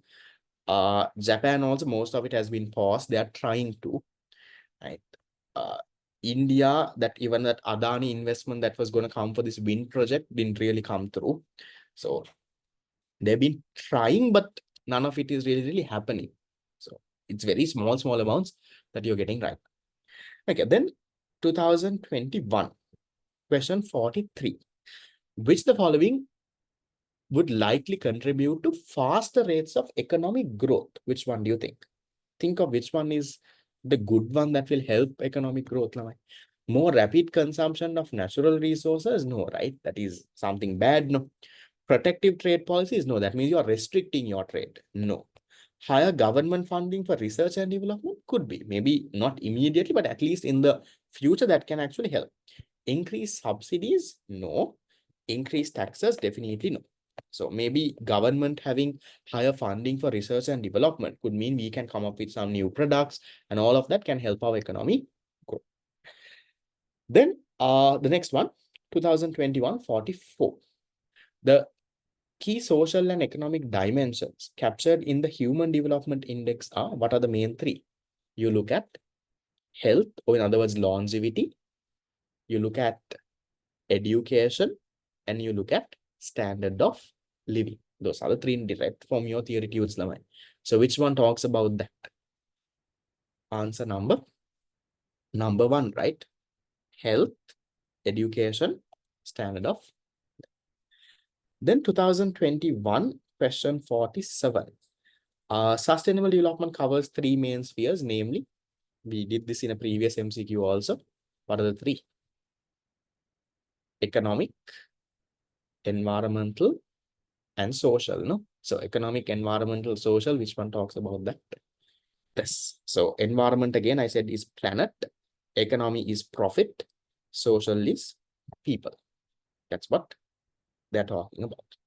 Then 2021, 49, according to the country economic classification, in which year was Sri Lanka assigned upper middle income country status by the World Bank? So we came into upper middle income at one point, and after that, we again went down to a lower middle income.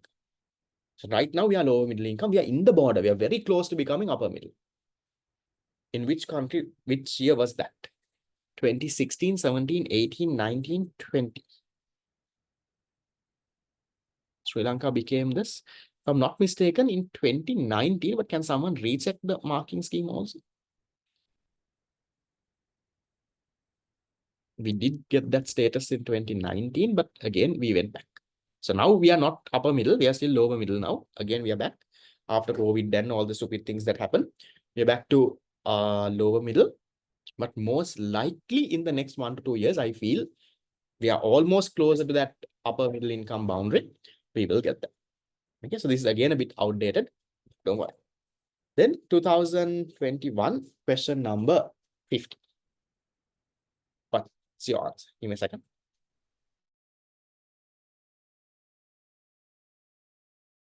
Okay. What's the answer here? The three most heavily loss-making state-owned enterprises at present. Present means at that time. Which ones were the ones that were making the biggest losses? The three main culprits. You had the Sri Lankan Airlines, the Electricity Board, and the Petroleum Corporation. Why were these two people making losses, Lamai? Electricity Board and Petroleum Corporation mainly? Because of what prices? Because they had administered prices, right? They were having fixed prices, giving it at very low levels. So every unit of electricity, every liter of petrol that they sell, they were making losses. Now that's why they've moved into cost reflective pricing now. So now this Electricity Board, Petroleum Corporation, they're not making that many losses. So now the Electricity Board has to price electricity so that they don't make a loss. That's why you see every 3 months, every 6 months, electricity prices changing. Right now, the airlines is still kind of product loss making. Not as heavily as earlier though. But the Petroleum Corporation and Electricity Board, I think they've most likely recovered, but still they have a lot of debt though. So they have a lot of debt. There's a lot of interest and all of that is there. But it's not as bad as earlier. Right now, I feel only even airlines also 1 year profit, 1 year loss, 1 year profit. It's going like that now. So it's not, there is nothing that is really loss making and going crazy. Okay. Then 2022. Which the following would reduce economic growth? Which one? Think of which one is a bad one here then. What will reduce economic growth? A decline in investment could be, remember, even in that previous one, higher the investment can, higher growth. So if investment comes down, definitely economic growth will come down. Increase in number of immigrants from abroad. So if more people come to work in Sri Lanka, more labor force, higher growth. Technological advancement, definitely more growth. Increase in labor force, definitely that will help, more labor. Increase in savings means that will go into financial institutions, more investment. So all of this, that means, Lamai, your economic growth will increase. Which one will reduce it? I look for the bad one. Look what I done. Practically think. A bad one is this. That should be the one that will reduce. Then 2022, 46. Development means what? Same thing comes again and again and again and again. Sustainable increase in GNI, removal of income disparity, economic growth with changes in structure, increase in real GDP, improvement in average citizens' quality of life. The answer Lama here is not number 3, because number 3 is not complete Lama. It's not economic growth with the economic structure. It's economic growth with a lot of qualitative changes. One of the qualitative changes is only economic structure. So that is where that is wrong. It's not the most correct. Yes, economic structure is one qualitative change, but along with it, there are so many other qualitative changes. Then if it is not 3, which one has the better one? Which one gives you the better answer? Number 5. Remember, this was there in previous questions also. Improvement in the average citizen's quality of life. People's standard of living is starting to improve. Okay. Then 2022, 47. Which of the following policies is most likely to make a country's distribution of income more equal? Which one will make it more equal? More equal means you have to help the poor fellow bring the income of the rich fellow down. So which one can do that? Rich fellows' income, you bring it down. Poor fellows' income, you provide training, transfers, try to increase. Which one goes in line with that? Establish a general sales tax. General taxes, they are regressive. Establish a progressive tax? Could be. So if you put a progressive tax down, then rich fellow gets affected. His income will start coming down. That can make it more equitable. Eliminating excise taxes. If you eliminate excise taxes on luxury goods, then that is good for the rich fellow. Rich fellow is only buying luxury vehicles, all of it. So then not that. Proportionally decrease in tax of all income. That's no. Reducing subsidy, no. If you reduce subsidy on health and stuff, then the poor fellow gets affected more. So something you have to look at, that the rich fellow comes down and the poor fellow goes up. Something in that line. So which one could be number? Then 2022 question 50. Despite the fact that Sri Lanka has engaged in 16 programs with the IMF in the past, now current one is a 17th program. Respective governments had failed to implement most of the programs successfully. So even though we have got into 16 programs, all of those 16 we haven't completed. Now, right now we are in a 4-year program now. Right now looks like we will most likely complete. But usually what has happened in Sri Lanka, they get into IMF program. After a few years, once the country is doing well, they do something stupid and the IMF says, Nana, I can't help you. We are gone. But right now we are adhering and we are waiting. So, but why do you think those past programs failed? Why do you think the programs halfway they stopped and all of it? Because what does our country not do? After 1-2 years, once you get better and things get a little better, we are like, IMF, look here, you keep your, because IMF is forcing us increase taxes, arak karanna, make karanna. We are like, then come on, then I am okay. Now this is like this. How many of you all go to the doctor to get medicine, and doctor gives you medicine for around 5 days? By around 2-3 days, once you're okay, you stop taking the medicine. Have you realized that? First 2 days, same hamadam velawata ganna, right? 3 times a day after meal you take. But the 4th day, 5th day, now you're okay. You don't take it, right? You're like, no, now I'm fine. I'll do whatever I want. So that kind of logic is what happens here with Sri Lanka also. Right? So IMF help comes into agreement for certain this, but then you don't. So which one is the answer then? Why are we not completing our IMF programs? Answer number 1, the lack of commitment in meeting the agreed reforms to the program. Because if IMF is coming to help you, they give you certain targets, no? So they tell you, okay, you have to do this, you have to do that, you have to do this, you have to do that. So now when you're really sick, you will listen to the doctor, no? Let's say when you're really sick and you go to the doctor says, make karanna, arak karanna, arak karanna. You're like, okay, doctor, mama karanna. And poddak honda vetsa gamang, what happens? You keep on doing the bad things that you always did. So maybe, you end up going smoking and drinking and, all of that. Let's say you are someone who is suffering with some lung disease or something. You get really serious and you go to the doctor. Doctor says, look here, stop smoking, quit smoking, all of that. For, let's say, 1 month, you don't do that. Once you get a little better, you're back to your same practice. So you don't listen to what the doctor says. So same story happens in Sri Lanka. Sri Lanka, you get very bad, you go to the IMF. 1-2 years, you listen to the fellow. Once you get a little better, you're like, nah, we don't want you. We'll do on our own. Because the problem is when IMF comes in, they have a lot of conditions. They will say, okay, I will help you, but you have to do this. Only if you do this, I will help you. So the bad side of it is, yes, we have to listen to the IMF, but at least they're helping you to get better. So answer that is 1. Okay. Then moving into 2023. 2023 question number 43 is saying, many governments adopt sustainable economic growth as a macroeconomic policy. What is sustainable economic growth? There was a similar question before also. What is sustainable growth? Increasing the current productive potential of the economy as fast as possible. Increasing the current productive potential by using only low-cost resources. Increasing current potential without reducing the future productive potential looks okay. Increasing current as fast as possible, the future as fast as possible. Increasing current potential to minimize dependence. No. So what is sustainable growth or development? Where you currently grow or develop without harming the future, without compromising their needs. So which one? Number 3. Then 2023 44, the international organization that publishes Human Development Index. Who makes this Human Development Index? It's there in your tip. In that first para of Human Development Index, it's done by the United Nations Development Program. They are the ones who came up with this whole index of human development. Then 2023 47. Suppose the Gini coefficient of a hypothetical economy has changed from 0.35 to 0.4. So what has happened, Lama? Income inequality has increased. The inequality has gone up.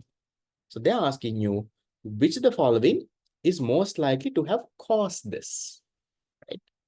Why do you think the income inequality went up? One is a VAT on essential consumer goods, a tax-free threshold, transfer payments. Now, transfer payments can't increase income inequality. Transfer payments, then poor item. So for the unemployed, if you give transfer payments, that can't increase inequality. I will read it. Business spending on training, again, no, because train karandama, you don't train CEOs, no, you train your low-level employees. So if you train them, they can get more jobs and all. That can be this. Government spending on social safety nets like pensions, aswasuma, that will also reduce. Then you're left with 1 and 2. Which one do you think? Which one do you think? An increase in which of the following? So they're looking at an increase. Increase in which of the following is most likely to have caused this? So maybe an increase in what? If you put more taxes on essential goods.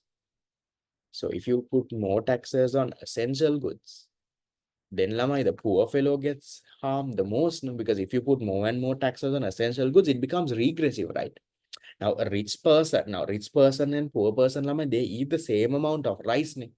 Not that the rich person is eating 3 times more than rice than the poor fellow. Right? So, increasing the VAT rates on essential goods, that can be our answer. Number 2 is also arguable. I remember there was a previous one I told you it could be 2 also. So tax-free threshold. Tax-free threshold means now right now they increased it. Right now Sri Lanka tax-free threshold 100,000. They made it 150,000. So they increased the threshold. So now what happened? The 100 to 150,000 people, they don't have to pay taxes. So that is not really going to make a big difference for the poor guys. Not a big difference for the rich guys also. It can mostly affect the middle income people.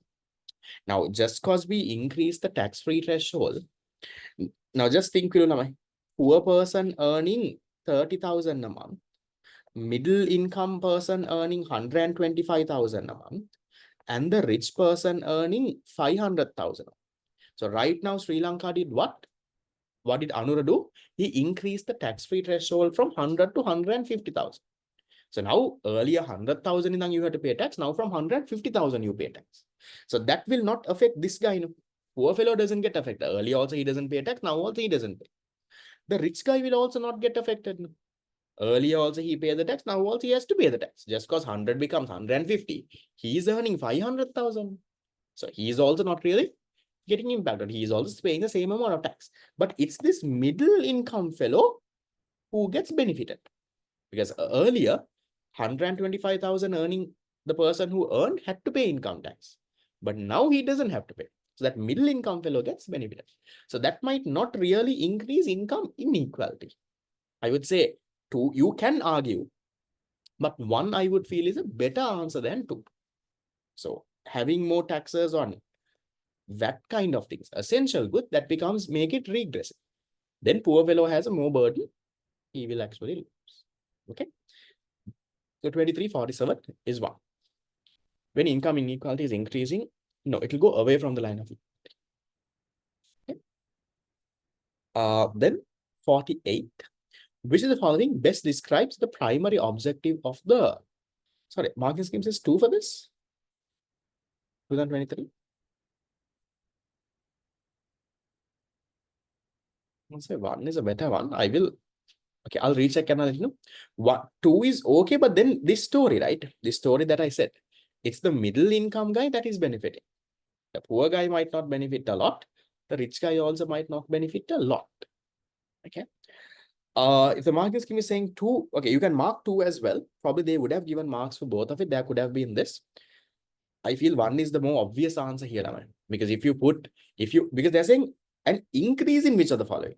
If you increase the VAT on essential goods, it's the poor guy who gets, because VAT and all, then it becomes regressive then on essential. I feel that could be your answer. If the marking scheme is saying 2, then there is a bit of a issue. But can you all check, Lama, have I typed the question in the correct order first? Check the actual A-level paper and the markings under, because I sometimes switch the options also. Switch mistakenly, I have switched the options. The actual paper and the actual marking scheme just with it. I won't agree 100% with 2. You can go shape again, but not 100% agree with 2. So maybe you can go with 1 and 2 both. Probably they would have given marks for both, I'm guessing.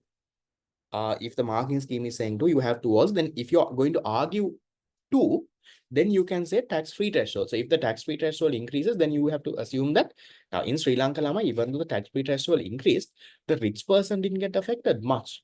Right? So if you increase the tax-free threshold, let's say you increase it in a way that the whole thing goes that way. Then maybe let's say, for example, rich person also ends up paying a little bit lesser tax. So if that happens, then 2 can be correct, but practically 2 is a little hard to come. Yeah.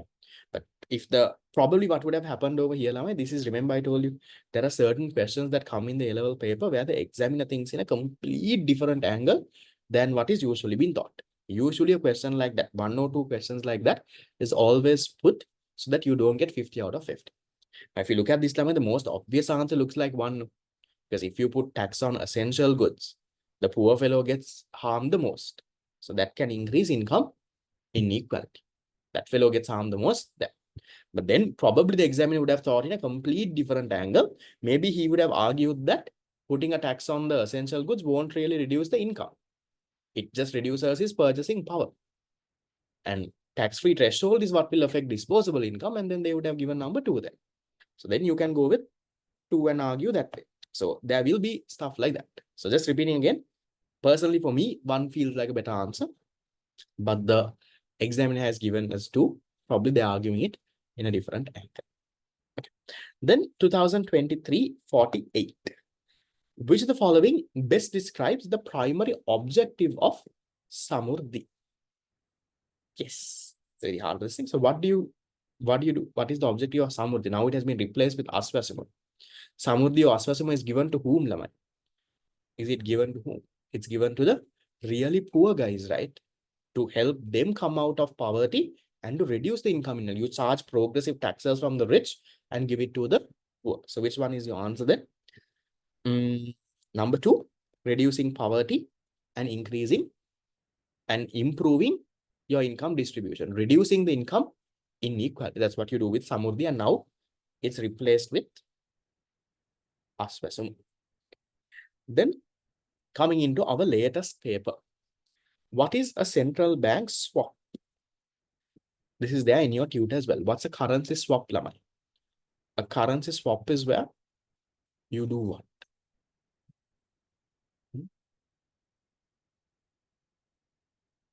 Sorry, did I miss a question in this? 23. In the tute, is there more questions after this? The 50th is there in the tute. Can you just check the PDF on the 2023 paper? Some are saying yes, some are saying no. No, then there's nothing wrong. Okay, right. Then probably fitted must be in the other one then. Okay. So what is a central bank currency swap lamai? A currency swap is where lamai you exchange your currencies. Ideally, it's like a loan. Now I'll just explain the story. We got into a currency swap lamai at one point with Bangladesh. And that is how bad our situation was. So Sri Lanka, Bangladesh. So we were running out of reserves and all of it, and we got into agreement with Bangladesh to swap our currency. So what we did is we wanted dollars. No, we were running out of dollars. No, so we got a 500 million currency swap from Bangladesh, $500 million. Now with dollars, you can use that for your international transaction because dollar is the international reserve currency. And in return, now if you just take money, that's called a loan. No, but what you did is you gave rupees. So 500 million US dollars worth of rupees, let's say exchange rate is 300, that into 300 rupees, we gave Bangladesh. Now, can Bangladesh do anything with our rupees? Nothing, no. Can Bangladesh use our rupees to buy something from another country? No. So it's practically no use for Bangladesh. Technically, it's like a loan. Currency swap කියන්නේ you're getting a loan, but ඉතින් අර loan එක වෙනුවට පොඩ්ඩක් you're giving your rupees. You keep this value, this thing. And then let's say it's a 1 year currency swap. So in 1 year, you have to reverse the transaction. So in 1 year, they will give back the rupees. We have to pay the dollars with some interest also. Because ideally it's a loan. No? So in 1 year, that's a swap. Right now, you give your currency and take it. 1 year, you reverse. So which one talks about that line?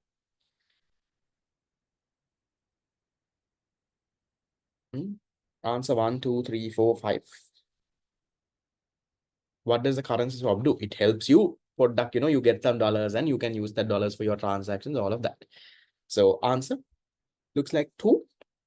A bilateral agreement between central banks to exchange currencies to stabilize the exchange rate or provide liquidity. So our exchange rate is depreciating. We are running out of money. Taggala podda Bangladesh ekka shape ekke we get into agreement. I will give my currency, you podda give. That looks like a better answer. Right. Then 2024 43.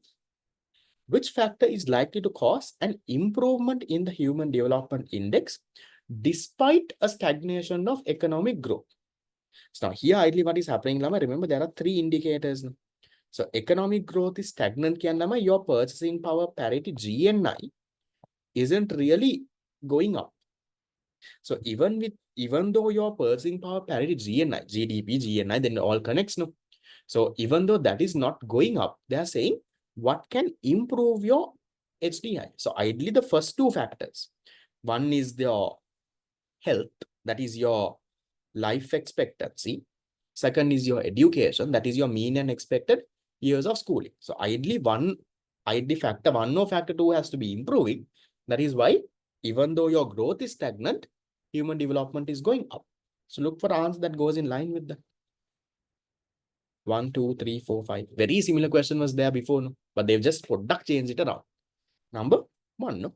So increase in your life expense. So even though your economic growth is stagnant, which means your purchasing power parity per capita GNI won't really change. How can your human development index increase if your life expectancy increases? Okay, done. Then previous question was number 2. Then the next one, 2024 44, middle income trap. What's the middle income trap now? Now, Sri Lanka is a middle income country, but what does middle income trap mean? Middle income trap is where once you reach that middle income level, even once you reach that higher upper middle income level, it's very hard for you to break that and go to the other level. So now if you look at in the world, most countries get stuck at that middle income. To break that middle income and let's say go to that high income level, become a developed country, it's very difficult. That's what you call the middle income trap. It's an interesting story. You can research more onto it. But which one talks about that? Middle income trap. 1, 2, 3, 4, 5. Number 3, right? A country struggles to grow after reaching middle income. So after you get to that middle income, lower, upper middle income, to go become a higher income country, it becomes very difficult because after that point, you don't get aids, you don't get a lot of foreign loans. It's all of that won't really come in much, no. So you're depend on investment, your country itself growing. It's not easy. And then 2024, 45. Table below shows selected socioeconomic data. They're asking what has happened.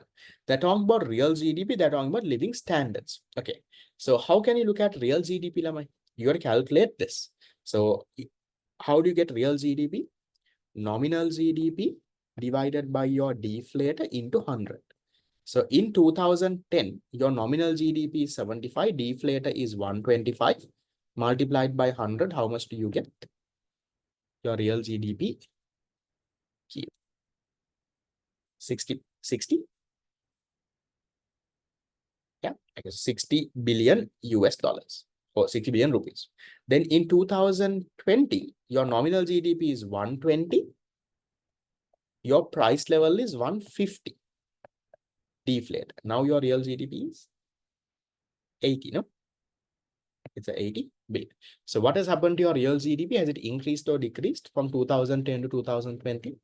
It has increased. Okay. Then for standard of living, Lama, you have to look at economic development. So economic development, how you can look at literacy rates. You can even look at this. So for the economy to develop, Lama, what should happen to literacy rates? Literacy rates have improved. 82% has become 97. So that is good. That means that's a sign of development. And then mortality. Mortality means how many people die out of 1,000 people. The amount of people dying has come down. That means what? Earlier out of 1,000 people, 78 people die. Now only 52 people are dying. That means your health is better. People have healthy food, quality environment. So that also means is a sign that the standard of living has improved. No? So real GDP has increased and your standard of living has also improved. Which one is your answer? Number one. Then the next one, 2024, 47. Which of the following countries is likely to have a high Gini coefficient? High Gini coefficient can have high levels of income inequality. So which one do you think has high levels of income inequality? A country with universal free health and education. No, if you have free health and education, unequal when the ban. A country experiencing positive growth with low unemployment. That means everyone has jobs, the economy is growing. I don't think that is unequal. A country with a progressive tax system and extensive redistribution. That's also good. Progressive tax means you're taxing the rich people and redistributing the poor. That also can't make it unequal. A country with bottom 10% of earners hold 9% of the income. Can that be unequal? Bottom 10% lamai earning 9% income is actually good. So bottom, that means in the country, the poorest 10%, ideal lamai for it to be equal, poorest 10% has to get 10% of the income. But here, poorest 10% is still getting 9% of the income. That is still a very good number. Now, in general, lamai, poorest 10% might only get now, even if you remember some previous MCQs we had. I remember that table like poorest 10% gets only like 1%, 2% of the income. So them getting 9% is a very good number. Lamai. So that's not a problem. And then a country with a large informal sector, yeah, that can be a problem. And minimum social safety nets. So if you don't have a lot of social safety nets, let's say Aswasuma, Mahapola, those are things that help the poor. No? So if you don't have those, then the poor gets poorer and poorer. And also the problem is, yes, would have been if you have a very large informal sector, what happens is, Lamai, those fellows also don't pay taxes. Now, let's say, for example, my classes. Now, when I'm a registered business, I have to end up paying tax. But let's say you're just doing classes under your name, no institute involved, nothing. If it's an informal thing, then all what you want, you don't have to pay tax. Then rich fellow gets richer and richer there. Informal. So this can be our answer. Yes, could have been in a mark. Then the next one. That's it. How did you all do? How was the 24 paper though? Overall, based on what you have done, 24 paper was actually interesting. They didn't directly repeat the kind of question, but normal stuff that we kind of did. Anyone who did all the questions, how did you all do out of? There were 65 MCQs. No, not 65, I think 64. But there were some that were actually outdated. Why can 4 not be a current limit? Because 4 is not a problem, right? If the poorest 10% is getting 9% of the income, that is actually good. That is being very close to being equal. So they are saying likely to have a high Gini coefficient can unequal. Maybe if the poorest 10% is getting like 2% of income, would have been the answer. But poorest 10% getting 9% can level, that's pretty good. So out of 64, I feel a decent enough mark is at least if you got around 40-ish, should be okay as long as you learn from the ones that you get. So see where you went wrong, figure that out, learn from it. But I'll tell you now, for unit number 11 and 12, don't overthink it. Know the basic theory. If you have my theory class recordings, most of you all do. Go through that properly again, one more time. In one day, you can do it. Study the unit. Do these questions, today's parts and the ones that we will do on Wednesday. Properly do the questions. And apart from that, normal random stuff that we will talk about in class. So 1 or 2 current context questions, around 6 direct questions from theory, which you all can easily handle. Okay, right. So with that, we will call it off. We're done with this. We have one last past paper class left. That is on Wednesday morning. We'll do the last part of unit number 11 and 12. Okay, so see you all. Mock people, I will see you all tonight. Those who are registering for the MCQ program, try to do it as early as possible so that I can courier the books early on my end. If there are any other things, you can drop me a text. Theory class recordings, drop me a text. I'll send you the prices. So with that, we'll call it off. See you all. Some of you all tonight, others on Wednesday morning. See you. Bye-bye.